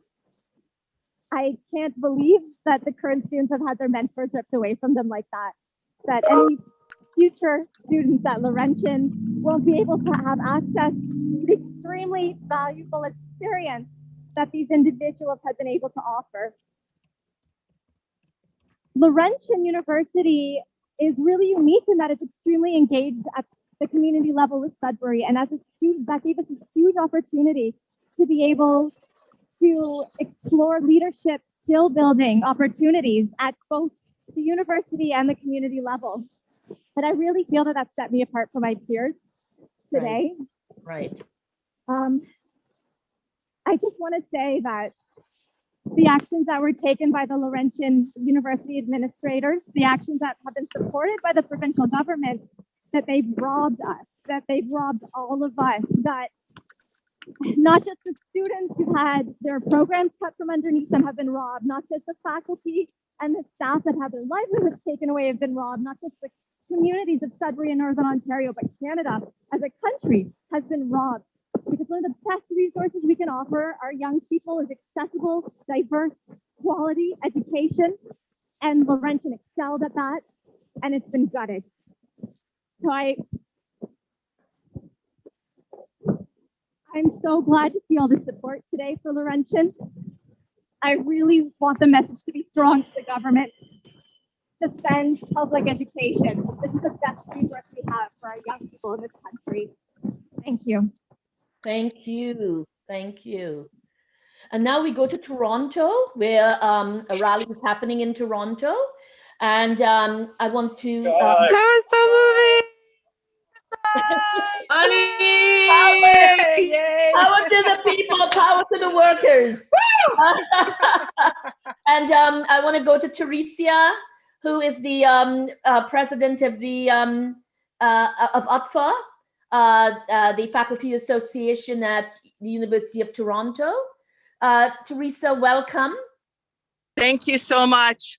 Can you hear me all right, Bev? Yes, we can hear you, Teresia. Thank you for joining us. Great. Thanks so much for having me. So pleased to speak out at today's rally in support of Laurentian University's future and in support of public education. I am the president of the U of T Faculty Association. I hope you can see our banner behind me. Yes. You just missed a bunch of wonderful honking horns and bicycle bells ringing just a minute ago as people are about to circle Queen's Park. I'm happy to be here helping to represent my community and say loudly and clearly that we vehemently oppose the unilateral actions of the Laurentian University administration and the Ontario government's use of the CCAA. I'm also here to express our sympathy for the Laurentian professors, staff whose terminations come into effect at noon. It is truly shameful. Laurentian deserves better. The professors, staff, and students deserve better. Sudbury deserves better. The whole of Ontario deserves better. What is happening at Laurentian are multiple violations of trust, respect, and goodwill. When you look at the list of programs that have been cut, labor studies, environmental studies, Indigenous studies, gender studies, philosophy, political science, physics, ecology, it's truly shocking. This is not what is supposed to happen. Universities should not be run like businesses. Universities must be governed differently. We believe that university governance should be based on the principles of collegiality, inclusivity, meaningful representation, shared participation, and shared accountability. Without shared governance, it's impossible to protect the future of post-secondary education and academic programs, which are integral to the health and well-being of our communities. We need all levels of government to step up and fund public education. I hope those watching today will participate in our ongoing defense of Laurentian and public education. The U of T Faculty Association and the other faculty associations through ACUFA and COUT will continue to stand up to protect public education. I want to end my remarks by saying that despite these difficult times, today is a small sign of hope. The acts of solidarity are truly inspiring. I'm inspired by my colleagues. I'm reassured by the commitment being shown here. And I'm very proud of this, to be a small part of this online event. And I thank the organizers. The University of Toronto Faculty Association will continue to use our platform to stand with the Laurentian community and support the future of public education. Thanks so much. Thank you, Teresia. Thank you so much. Next, we have Aliki Economides, Assistant Professor in Architecture at Laurentian. Welcome. Welcome. Thank you. Annie, bonjour. Hello from Queen's Park. I'll show you right now. Oh, great. Oh, good. It's good to see the rally on wheels. I'm Aliki Economides, Assistant Professor of Architecture at Laurentian, which is an officially bilingual university with a tricultural mandate to support Indigenous, Francophone, and Anglophone cultures. And it's an institution that is vital to the survival of Northern Ontario. Yet, all of this is being sabotaged through the brutal termination of 1/3 of Laurentian's faculty and 41 staff, and cuts to half of the university's academic programs. The Ontario Premier and the Minister of Training, Colleges and Universities are idly sitting by while Laurentian University commits colonial violence to Northern Indigenous communities and to truth and reconciliation at large. They're doing nothing as Laurentian betrays Franco-Ontarians, the largest Francophone population outside of Quebec, yet one that is now ever more at risk of cultural assimilation and of being left behind. Les communautés minoritaires déjà vulnérables à l'assimilation culturelle sont en train d'être complètement délaissées par leur université dite bilingue et triculturelle. Doug Ford's government is standing by while Laurentian cuts programs that safeguard the health and often the survival of women and children, particularly in underserved regions, is doing nothing to stop the termination of vital research and teaching about environmental sustainability and related sciences, and doing nothing again to stop the decimation of humanities and social sciences programs, which cultivate critical thinking skills and the cultural awareness that positions students to be informed global citizens with strong ties to their local communities. The oft-repeated claim that these extensive cuts have been absolutely necessary for the university to ensure its financial viability warrant critical unpacking. Despite knowing and concealing Laurentian's debt, the board and senior admin waited until they couldn't pay February salaries to declare insolvency. This after having lost, in other words, stolen, huge sums in the form of faculty research funds, restricted funds from donors, and sponsored money for students, student awards and bursaries. In disclosing the university's financial crisis at the very last minute, these leaders created an artificial emergency to be resolved in a measly 3 months. Laurentian ran to the court seeking recourse to the Companies Creditors Arrangement Act, or CCAA, a private sector restructuring framework that favors the corporation and endorses decisions based narrowly on dollar amounts without consideration for the fuller picture. This now has been inappropriately applied to a publicly funded university for the first time, and publicly funded universities are not corporations. Through this emerges a long list of sinister implications and appalling actions. Here are a few highlights. The CCAA process has enabled LU to bulldoze over democratic collegial governance and bypass all previously negotiated agreements for fair bargaining.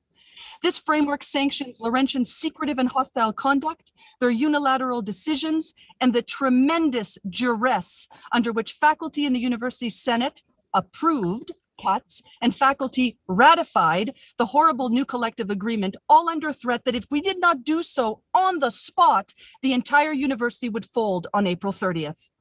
In its very narrow focus, moreover, on money and the survival of the corporation at all costs, the CCAA process also ignores the issue of accountability.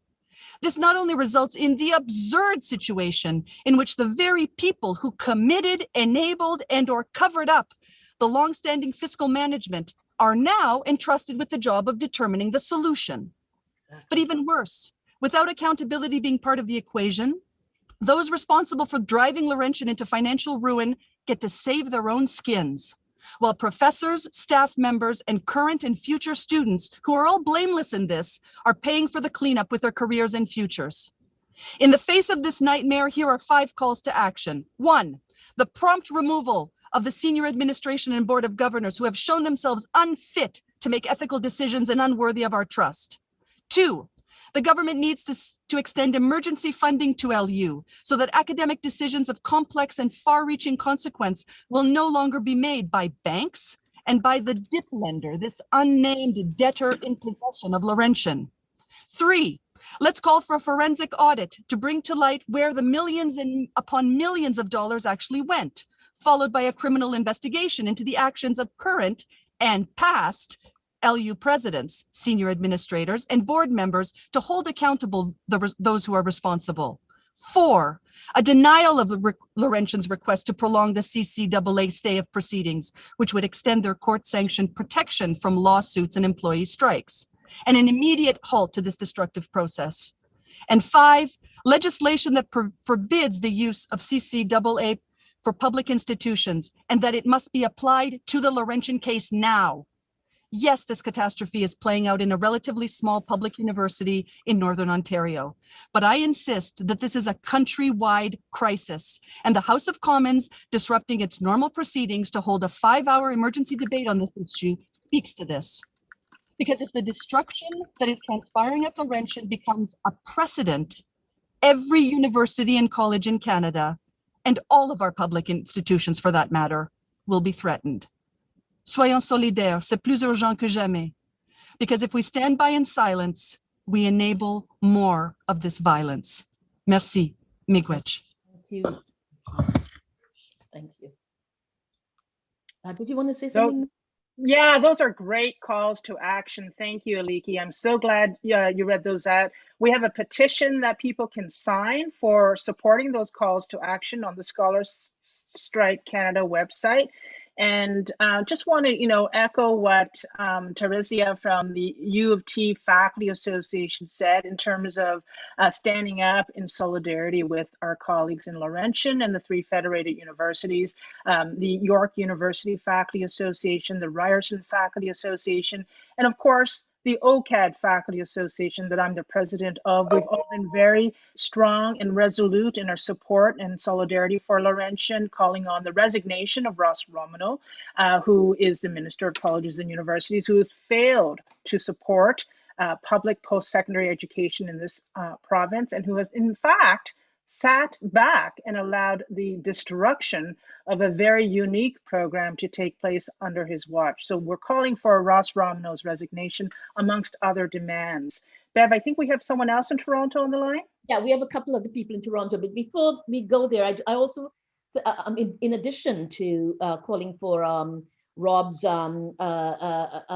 resignation, which is critical, I think the other 2 demands are also critical, is rescinding, the CCA process, and also legislation to end that process, because that means that's no practice, and that needs to stop right now. So thank you so much for these demands, Aliki. Much appreciated. We have now David Monod that's on the line. And David is the chair, University Center. I think, sorry, Beverly, other David. I think we're David Simao. Oh, David Simao. We're going to try, sorry. So are we going to, is that going to be a video that we're going to play? I can try to play it if you bear with me for wonderful. Just 1 Thanks, second. Honor. Thank you, Honor. And my best. And David is the chair of the university sector at QP Ontario. And we're going to see a video from David with a message. Thank you. And thank you, Honor, for setting that up for us. Much appreciated. David Simao.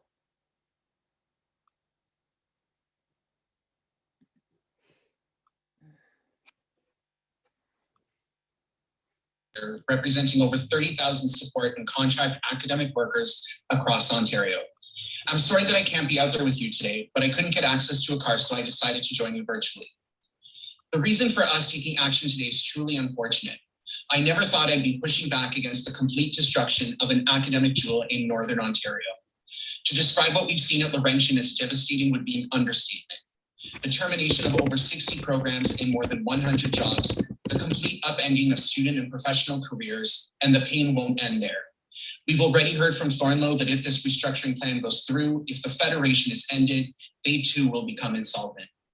The Ford government wants us all to believe this is all a result of poor decisions. It is not. This is the direct result of successive governments who have starved our institutions of funding, brought in unrealistic funding metrics, and treated international students as cash cows. Make no mistake, friends, this is exactly what Ross Romano and Doug Ford want.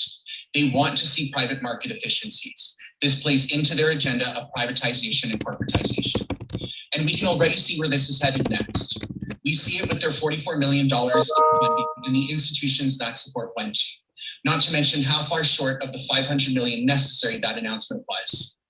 We see it with their budget this year, spending in the sector at levels from some 3 years ago, stealing from the OSAP system critical to so many students in order to support their PSW program at private colleges and a new tax credit. Ford and Romano certainly aren't hiding their agenda. We must push back. We must ensure a fully funded post-secondary system. We must ensure a thriving Laurentian University.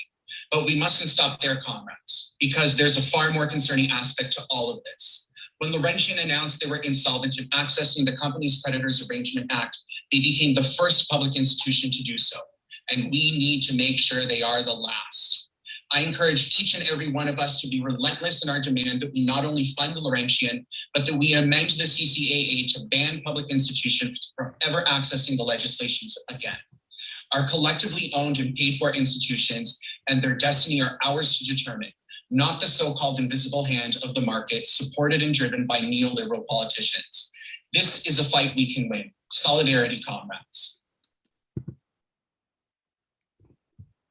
Thank you very much. And this was David Simao. Thank you so much for your comments. Our final speaker from Toronto, the Toronto rally is Jennifer Haywood. Jennifer, are you there? I'm here. Can you hear me okay? I can hear you, Jennifer. Thank you for joining us. No problem. And I just want to say that what Aliki said was not extremist. All the professors at Laurentian feel the same way, those who've been let go and those who've been saved. So I say Ani, bonjour, Sego, Kwekwe, hello and bonjour, Jennifer Ndishnakas, Hochelaga Nondonje, Andek Ndinjabab.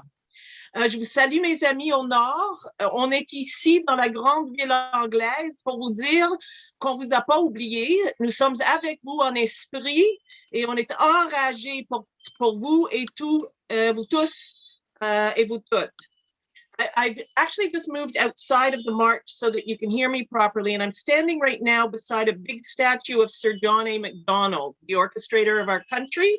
And just down the road from here is another statue of a guy named Ryerson, who helped orchestrate the residential school system. And I wanted to stand here to tell you that the cuts that have been implemented by the administration at Laurentian are following in these two men's colonial footsteps. The closure of the Department of Indigenous Studies means that fully qualified professors,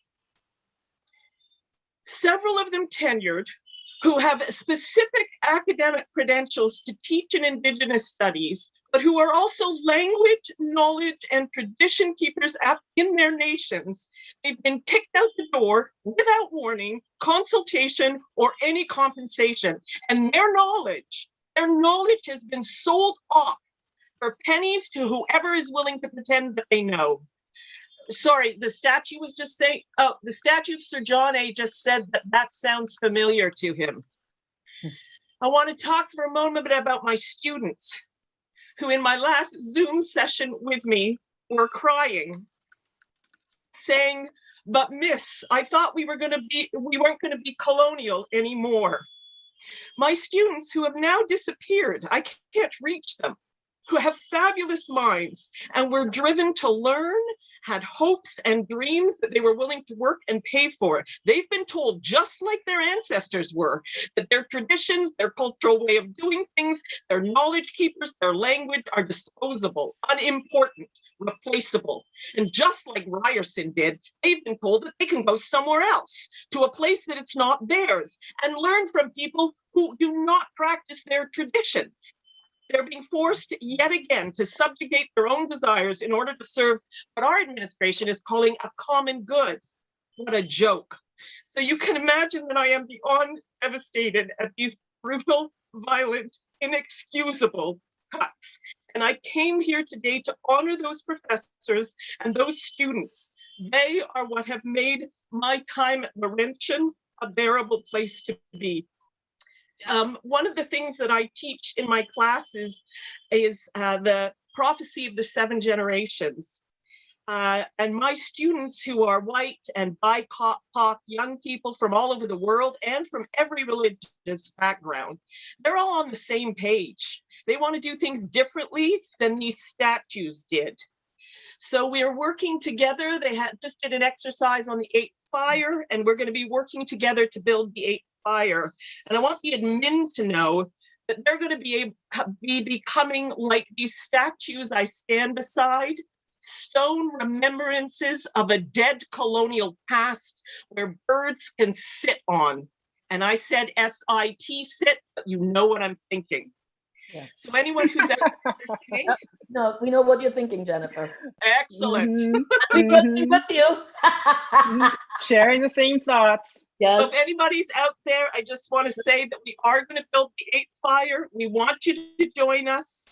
Miigwech, merci de m'avoir écouté. Thank you to the organizers for this. And tuwing nga piak target tulak. Eha. Miigwech, Jennifer, Haywood, merci and thank you. Jennifer Haywood is from Laurentian University in the theatre program. And now we'll go to Min Suk Lee, who will take us to... Sorry, I just have to say, I was dismissed from the theatre department. I'm not in it anymore. Okay. They kicked me out too. Okay, then there we go. This is the nature of what's happening to universities now and who they're kicking out of programs and who are feeling the brunt of what is happening in universities. It's Indigenous scholars, it's primarily racialized, Francophone. We see what's happening in Laurentian, and please realize that this will happen and can happen elsewhere. Black studies programs and other programs of the nature are all in jeopardy. Yes, Min Suk. Yes, Beverly. It is really, in some ways it's heartbreaking, but it's also inspiring, and then it's enraging, multiple emotions at once. Thinking about Ruben, thinking about Nadia, and now Jennifer, who have all lost their jobs. Today's the last day of their employment with Laurentian and the 3 federated universities. And that's why today we are doing this multi-city rally on wheels.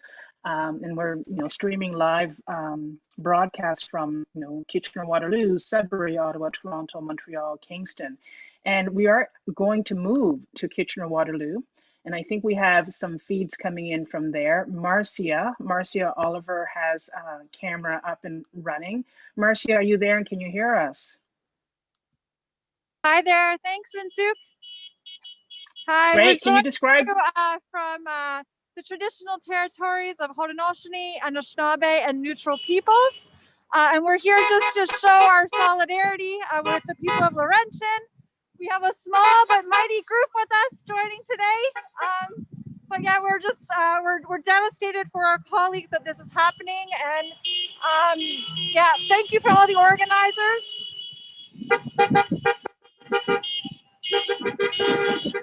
Small but mighty, and small and noisy. Like it a lot. Thank you, Marcia. Great to see that.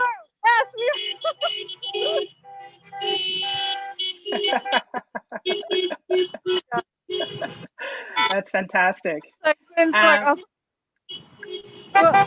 turn this over to Dave. I know we have some speakers from David and Jesselyn and Linda May, so we'll turn it over to them. But thank you. Good to see you. Thank you, Marcia. Now I think we have David Monod, who's the president of the Wilfrid Laurier University Faculty Association and professor in history. David, are you on the line there with us? I am. Can you hear me? Yes, can hear you. Okay, I can't see you though. I'm trying to start the video, but it says the host has disabled it. Okay. What? The host disabled. My video. There we go. There you are. Oh, David. Great. We see you now. Thank you. I'm here bringing a message of solidarity and support from the 1,000 members of the Wilfrid Laurier University Faculty Association. And it seems to me strangely poignant that I'm having this conversation with you from a car on a windswept, cold, empty university campus in Waterloo, Ontario, because I think that reflects the sadness that we're all feeling here over the events at Laurentian and the emptiness that we experience. And like everybody else, I'm taking a lot of heart from the people who've come out today and who are showing their support, and the expressions of solidarity that I've heard from all of my colleagues.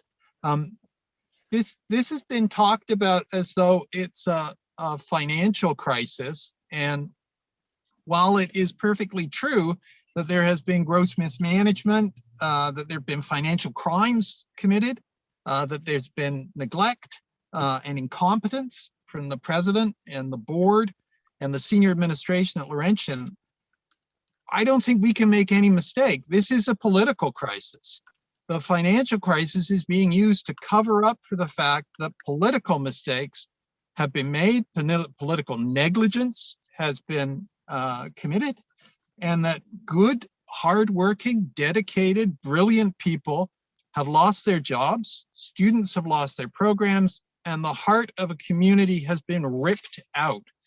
And that is because of political decisions that have been made, not just now, but for many years, compounded by a government that is anti-intellectual and that is indifferent to the conditions of young people and also of universities and university staff and faculty.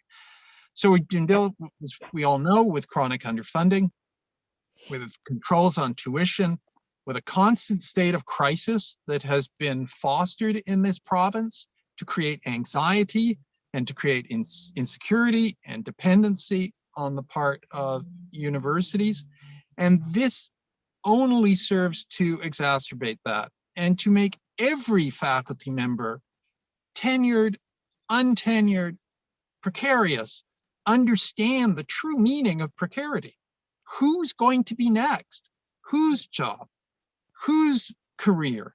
Whose pension is going to be called in question when you have a government that is so neglectful, so hostile to the university sector as this one, to public institutions generally, and not just to universities? So this is a devastating moment for all of us. And we turn to these innocuous euphemisms when we describe these sort of events, you know, pink slips, canaries in the coal mine, financial mismanagement, creditor protection. I mean, these are gentle ways to explain what is actually a totally devastating, destructive process that has destroyed faith, that has destroyed belief, that has destroyed lives, that has shattered communities, that's left our system broken.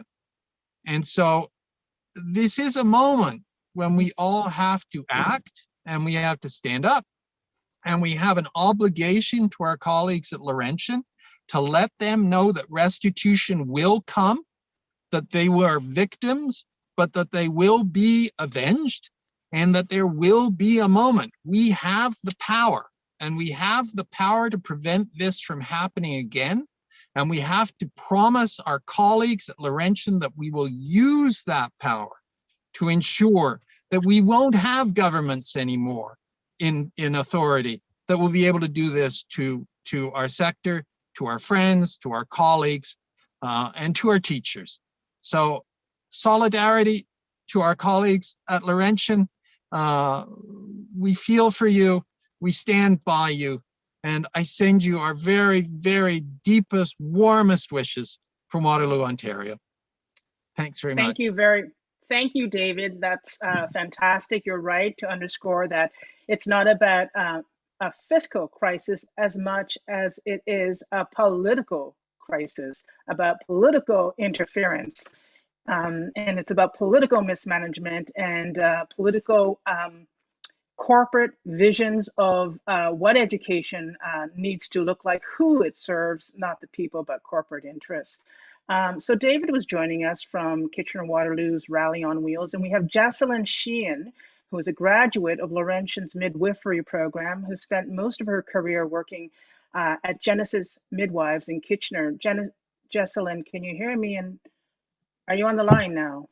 Yeah, I can hear you. Also, my video was also cut out by the host, so I don't know if they're able to put that back up. Thank you for having me. I'm sorry I'm unable to attend in person.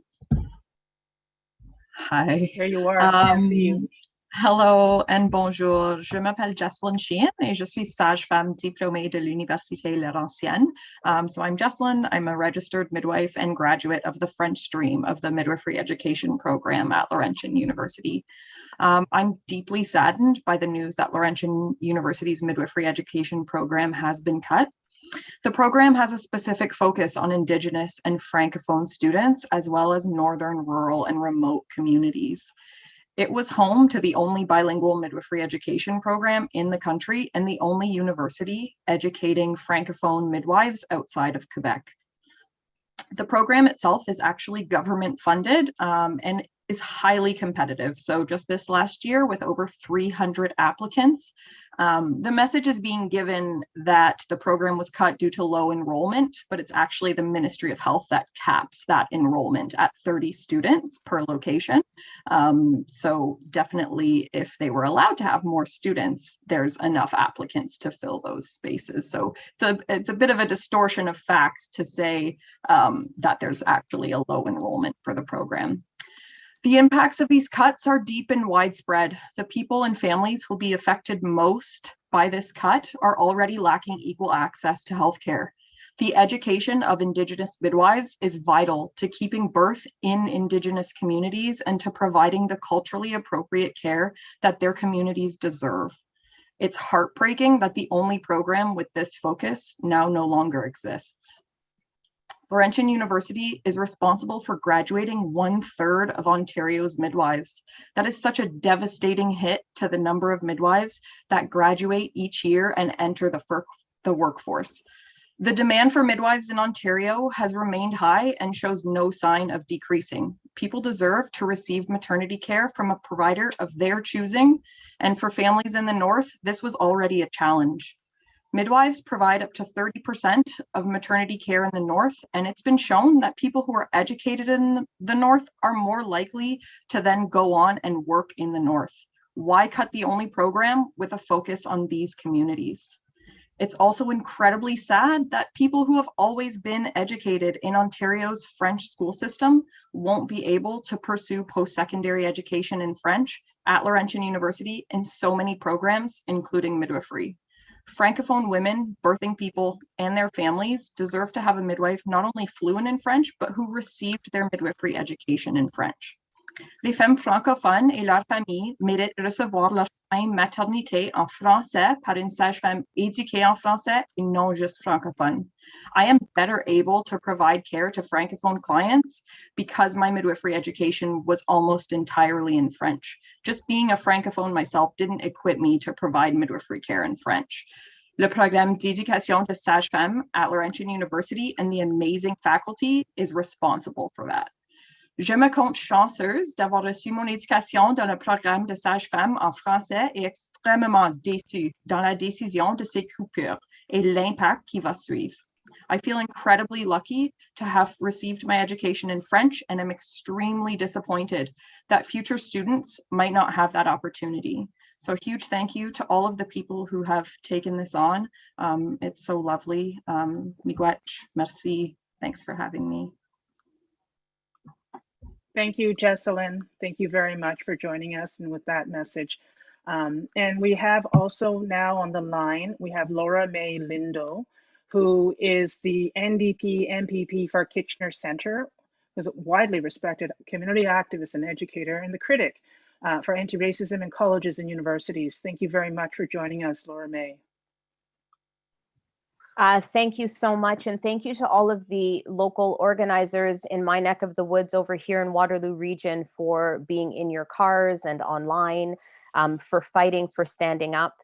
I'm actually tuning in from my home in Kitchener. So this land has been held down, cared for, loved, and stewarded by the Haudenosaunee, the Anishinaabe, and the Neutral people. We are part of the Dish with One Spoon Covenant. My understanding of that covenant is that there is one dish, there is one spoon. It's not about war and fighting. It's about sharing and partaking in the knowledge that we all as community participate in creating and disseminating to the younger generations. And with that, I'm actually going to start from where Professor Jennifer Haywood began their remarks when they said that these are colonial footsteps, and they pointed to John A.'s statue.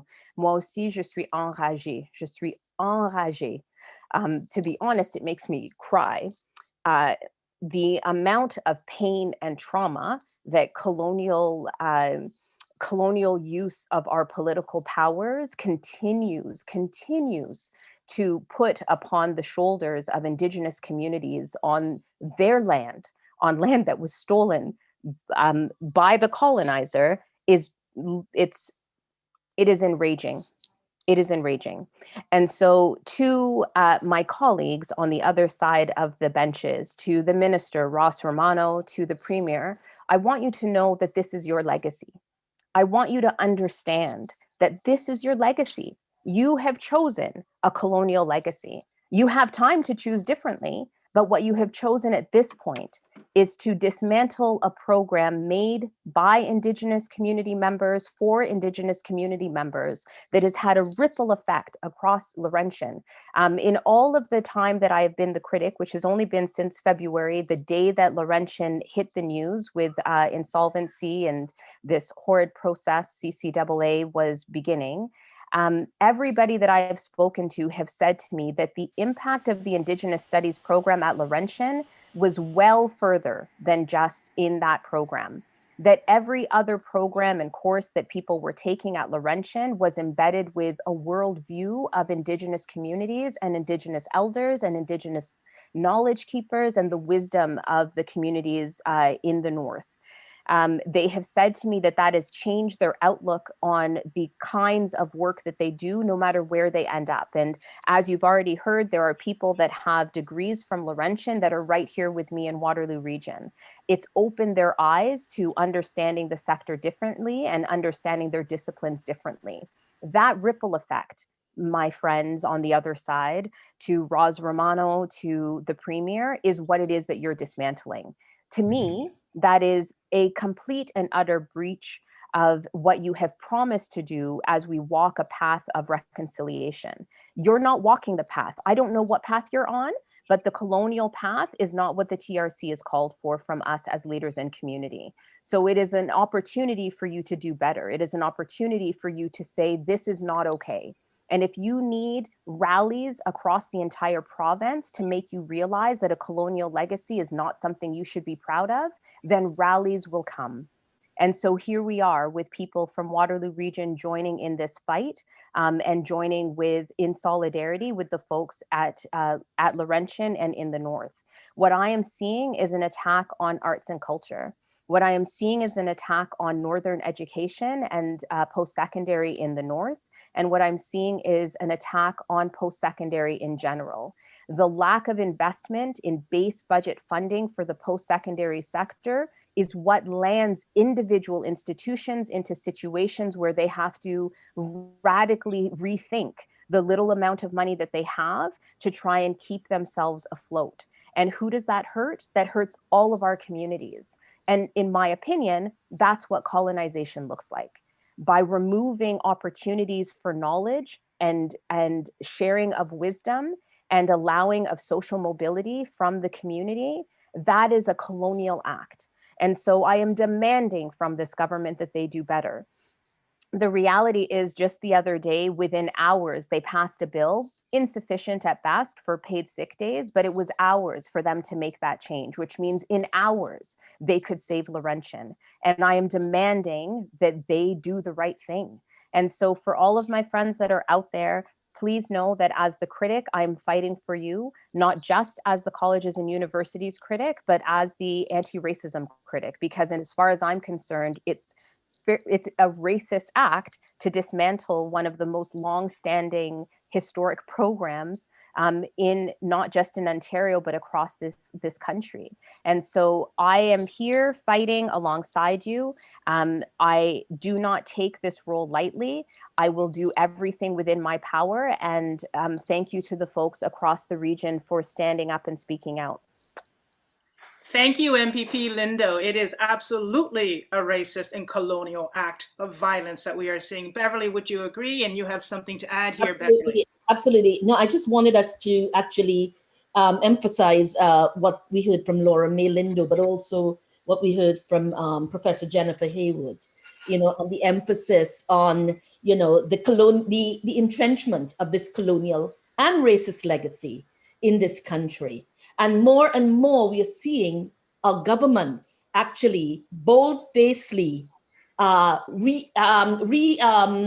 introduce certain kinds of policies and processes that will only further entrench those legacies while paying lip service to, as you say, reconciliation, or lip service to anti-racism, these performative kinds of acts, which only and doesn't mean anything other than a constant attack on, on Indigenous people, a constant attack on racialized people, a constant attack on workers in this country. And I mean, someone brought up the, looking at the coronavirus, and it's in this time, that we're seeing this happen during the coronavirus, when so many people's lives are in peril at this particular time during the coronavirus, when we have clearly a provincial government who is so completely, inept and completely,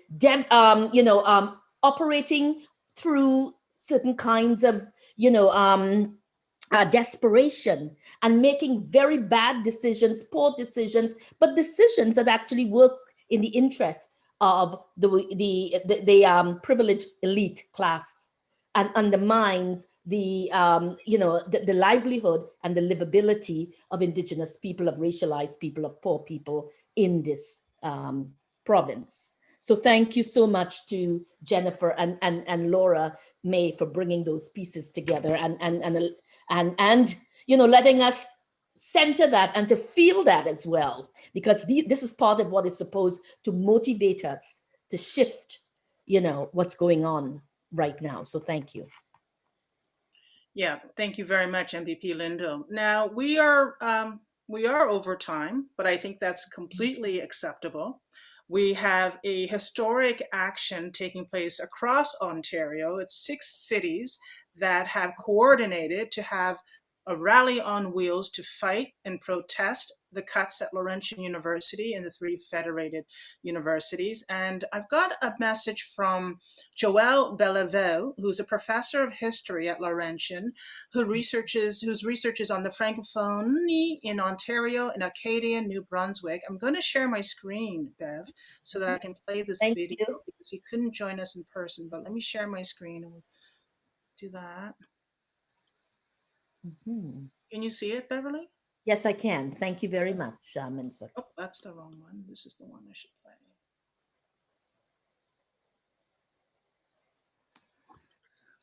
Annie, bonjour. Hello. My name is Joël Béliveau. I'm one of the eliminated faculty from Laurentian University. There's 110 of us.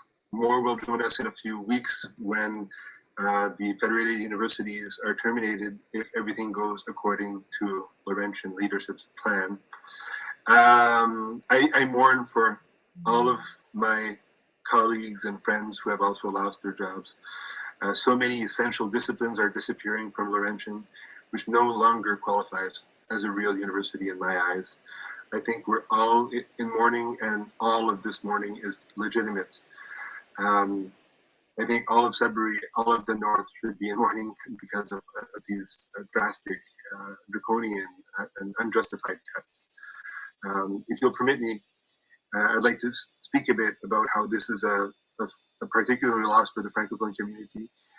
Please believe me when I say it's not to minimize the losses elsewhere. This is catastrophic. I would just like to say that this is kind of the last straw for many Francophones who have been frustrated with Laurentian University for decades, for not nurturing their programs. Not having the governance of our post-secondary education has been an ordeal for Francophones since Laurentian's creation almost. Laurentian's attitude towards their Francophone programs has always been, we'll just add it to the mix. We'll do our marketing and say, come to Laurentian, you can take programs in English or in French.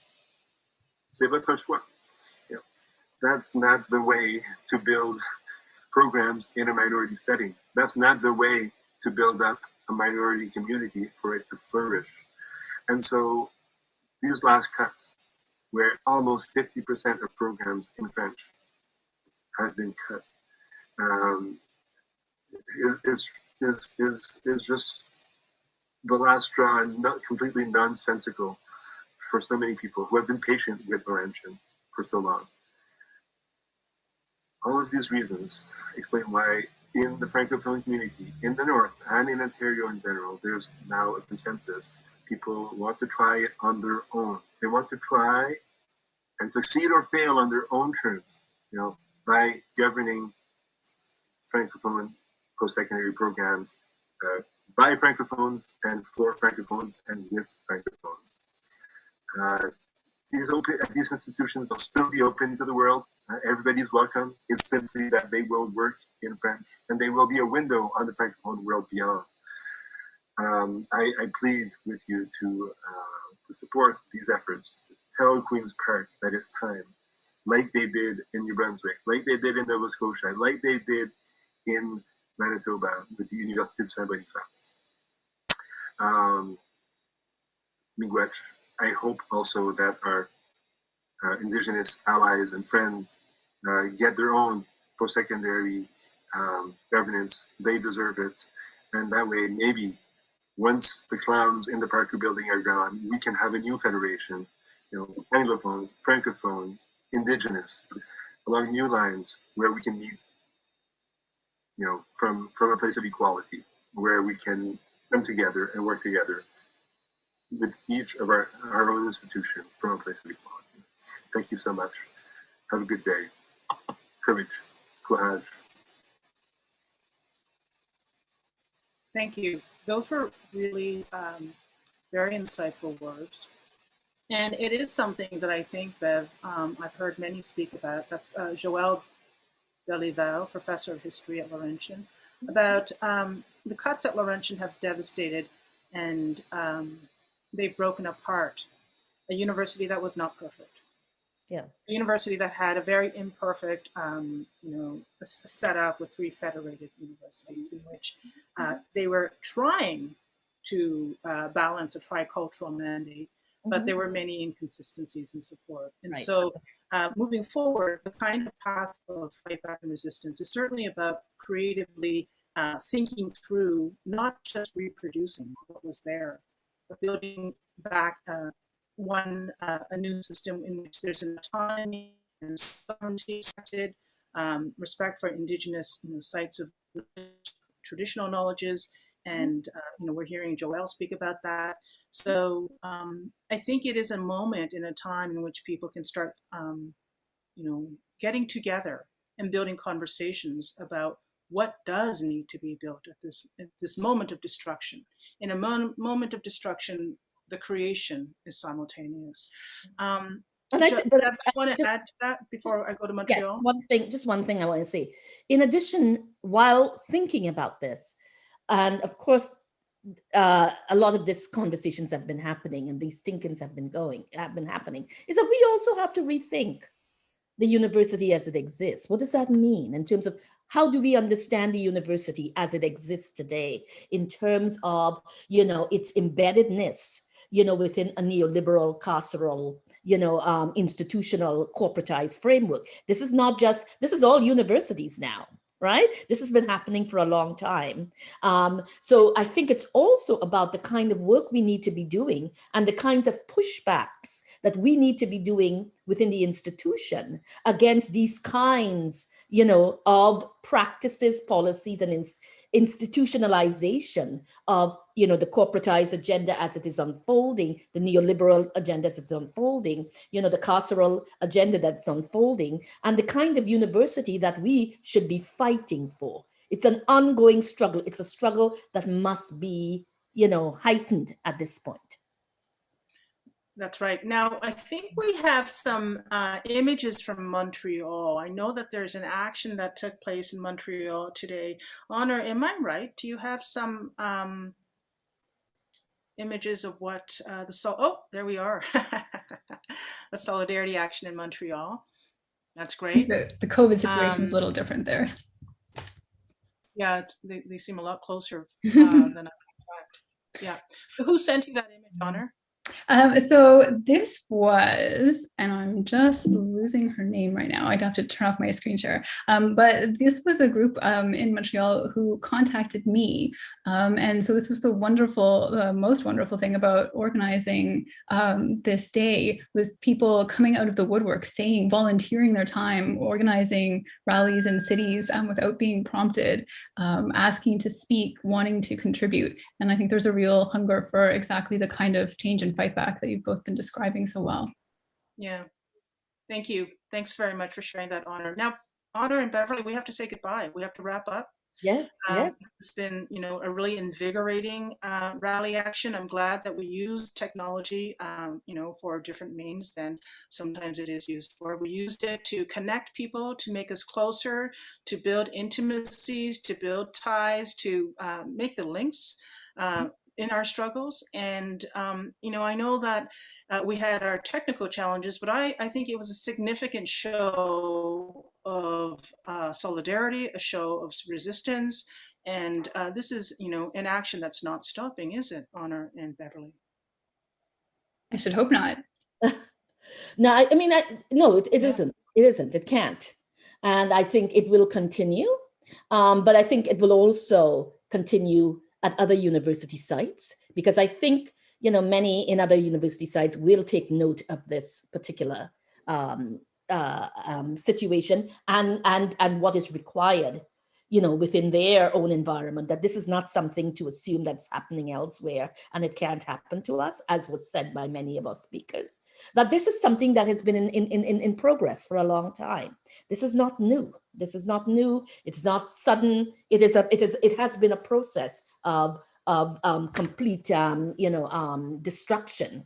And we see, and because of the nature of the federated universities up there and where it is located, it was much more vulnerable in relation to other larger universities with more funding, etc. But this does not mean that the rest of us are safe in terms of the kinds of programs we teach in the university, the students that we teach, the research that we do, and the kinds of changes that we are supposed to be making, not only on the inside of the institution, but on the outside. So I, would want to say, that, this is a revolution. It must continue. And, power to the people, power to the workers, the struggle continues. And thank you, Honor, for putting all of this together. You were the key organizer in making this happen. You and others who, worked with you. Thank you so much. And thank you to my organizer of the, Scholars Strike Canada, with whom. Well, thanks to the two of you. This is just, incredible to be working with you, Minsukli. Yeah. Honor, do you have any final words before we say our goodbyes and our final thank yous?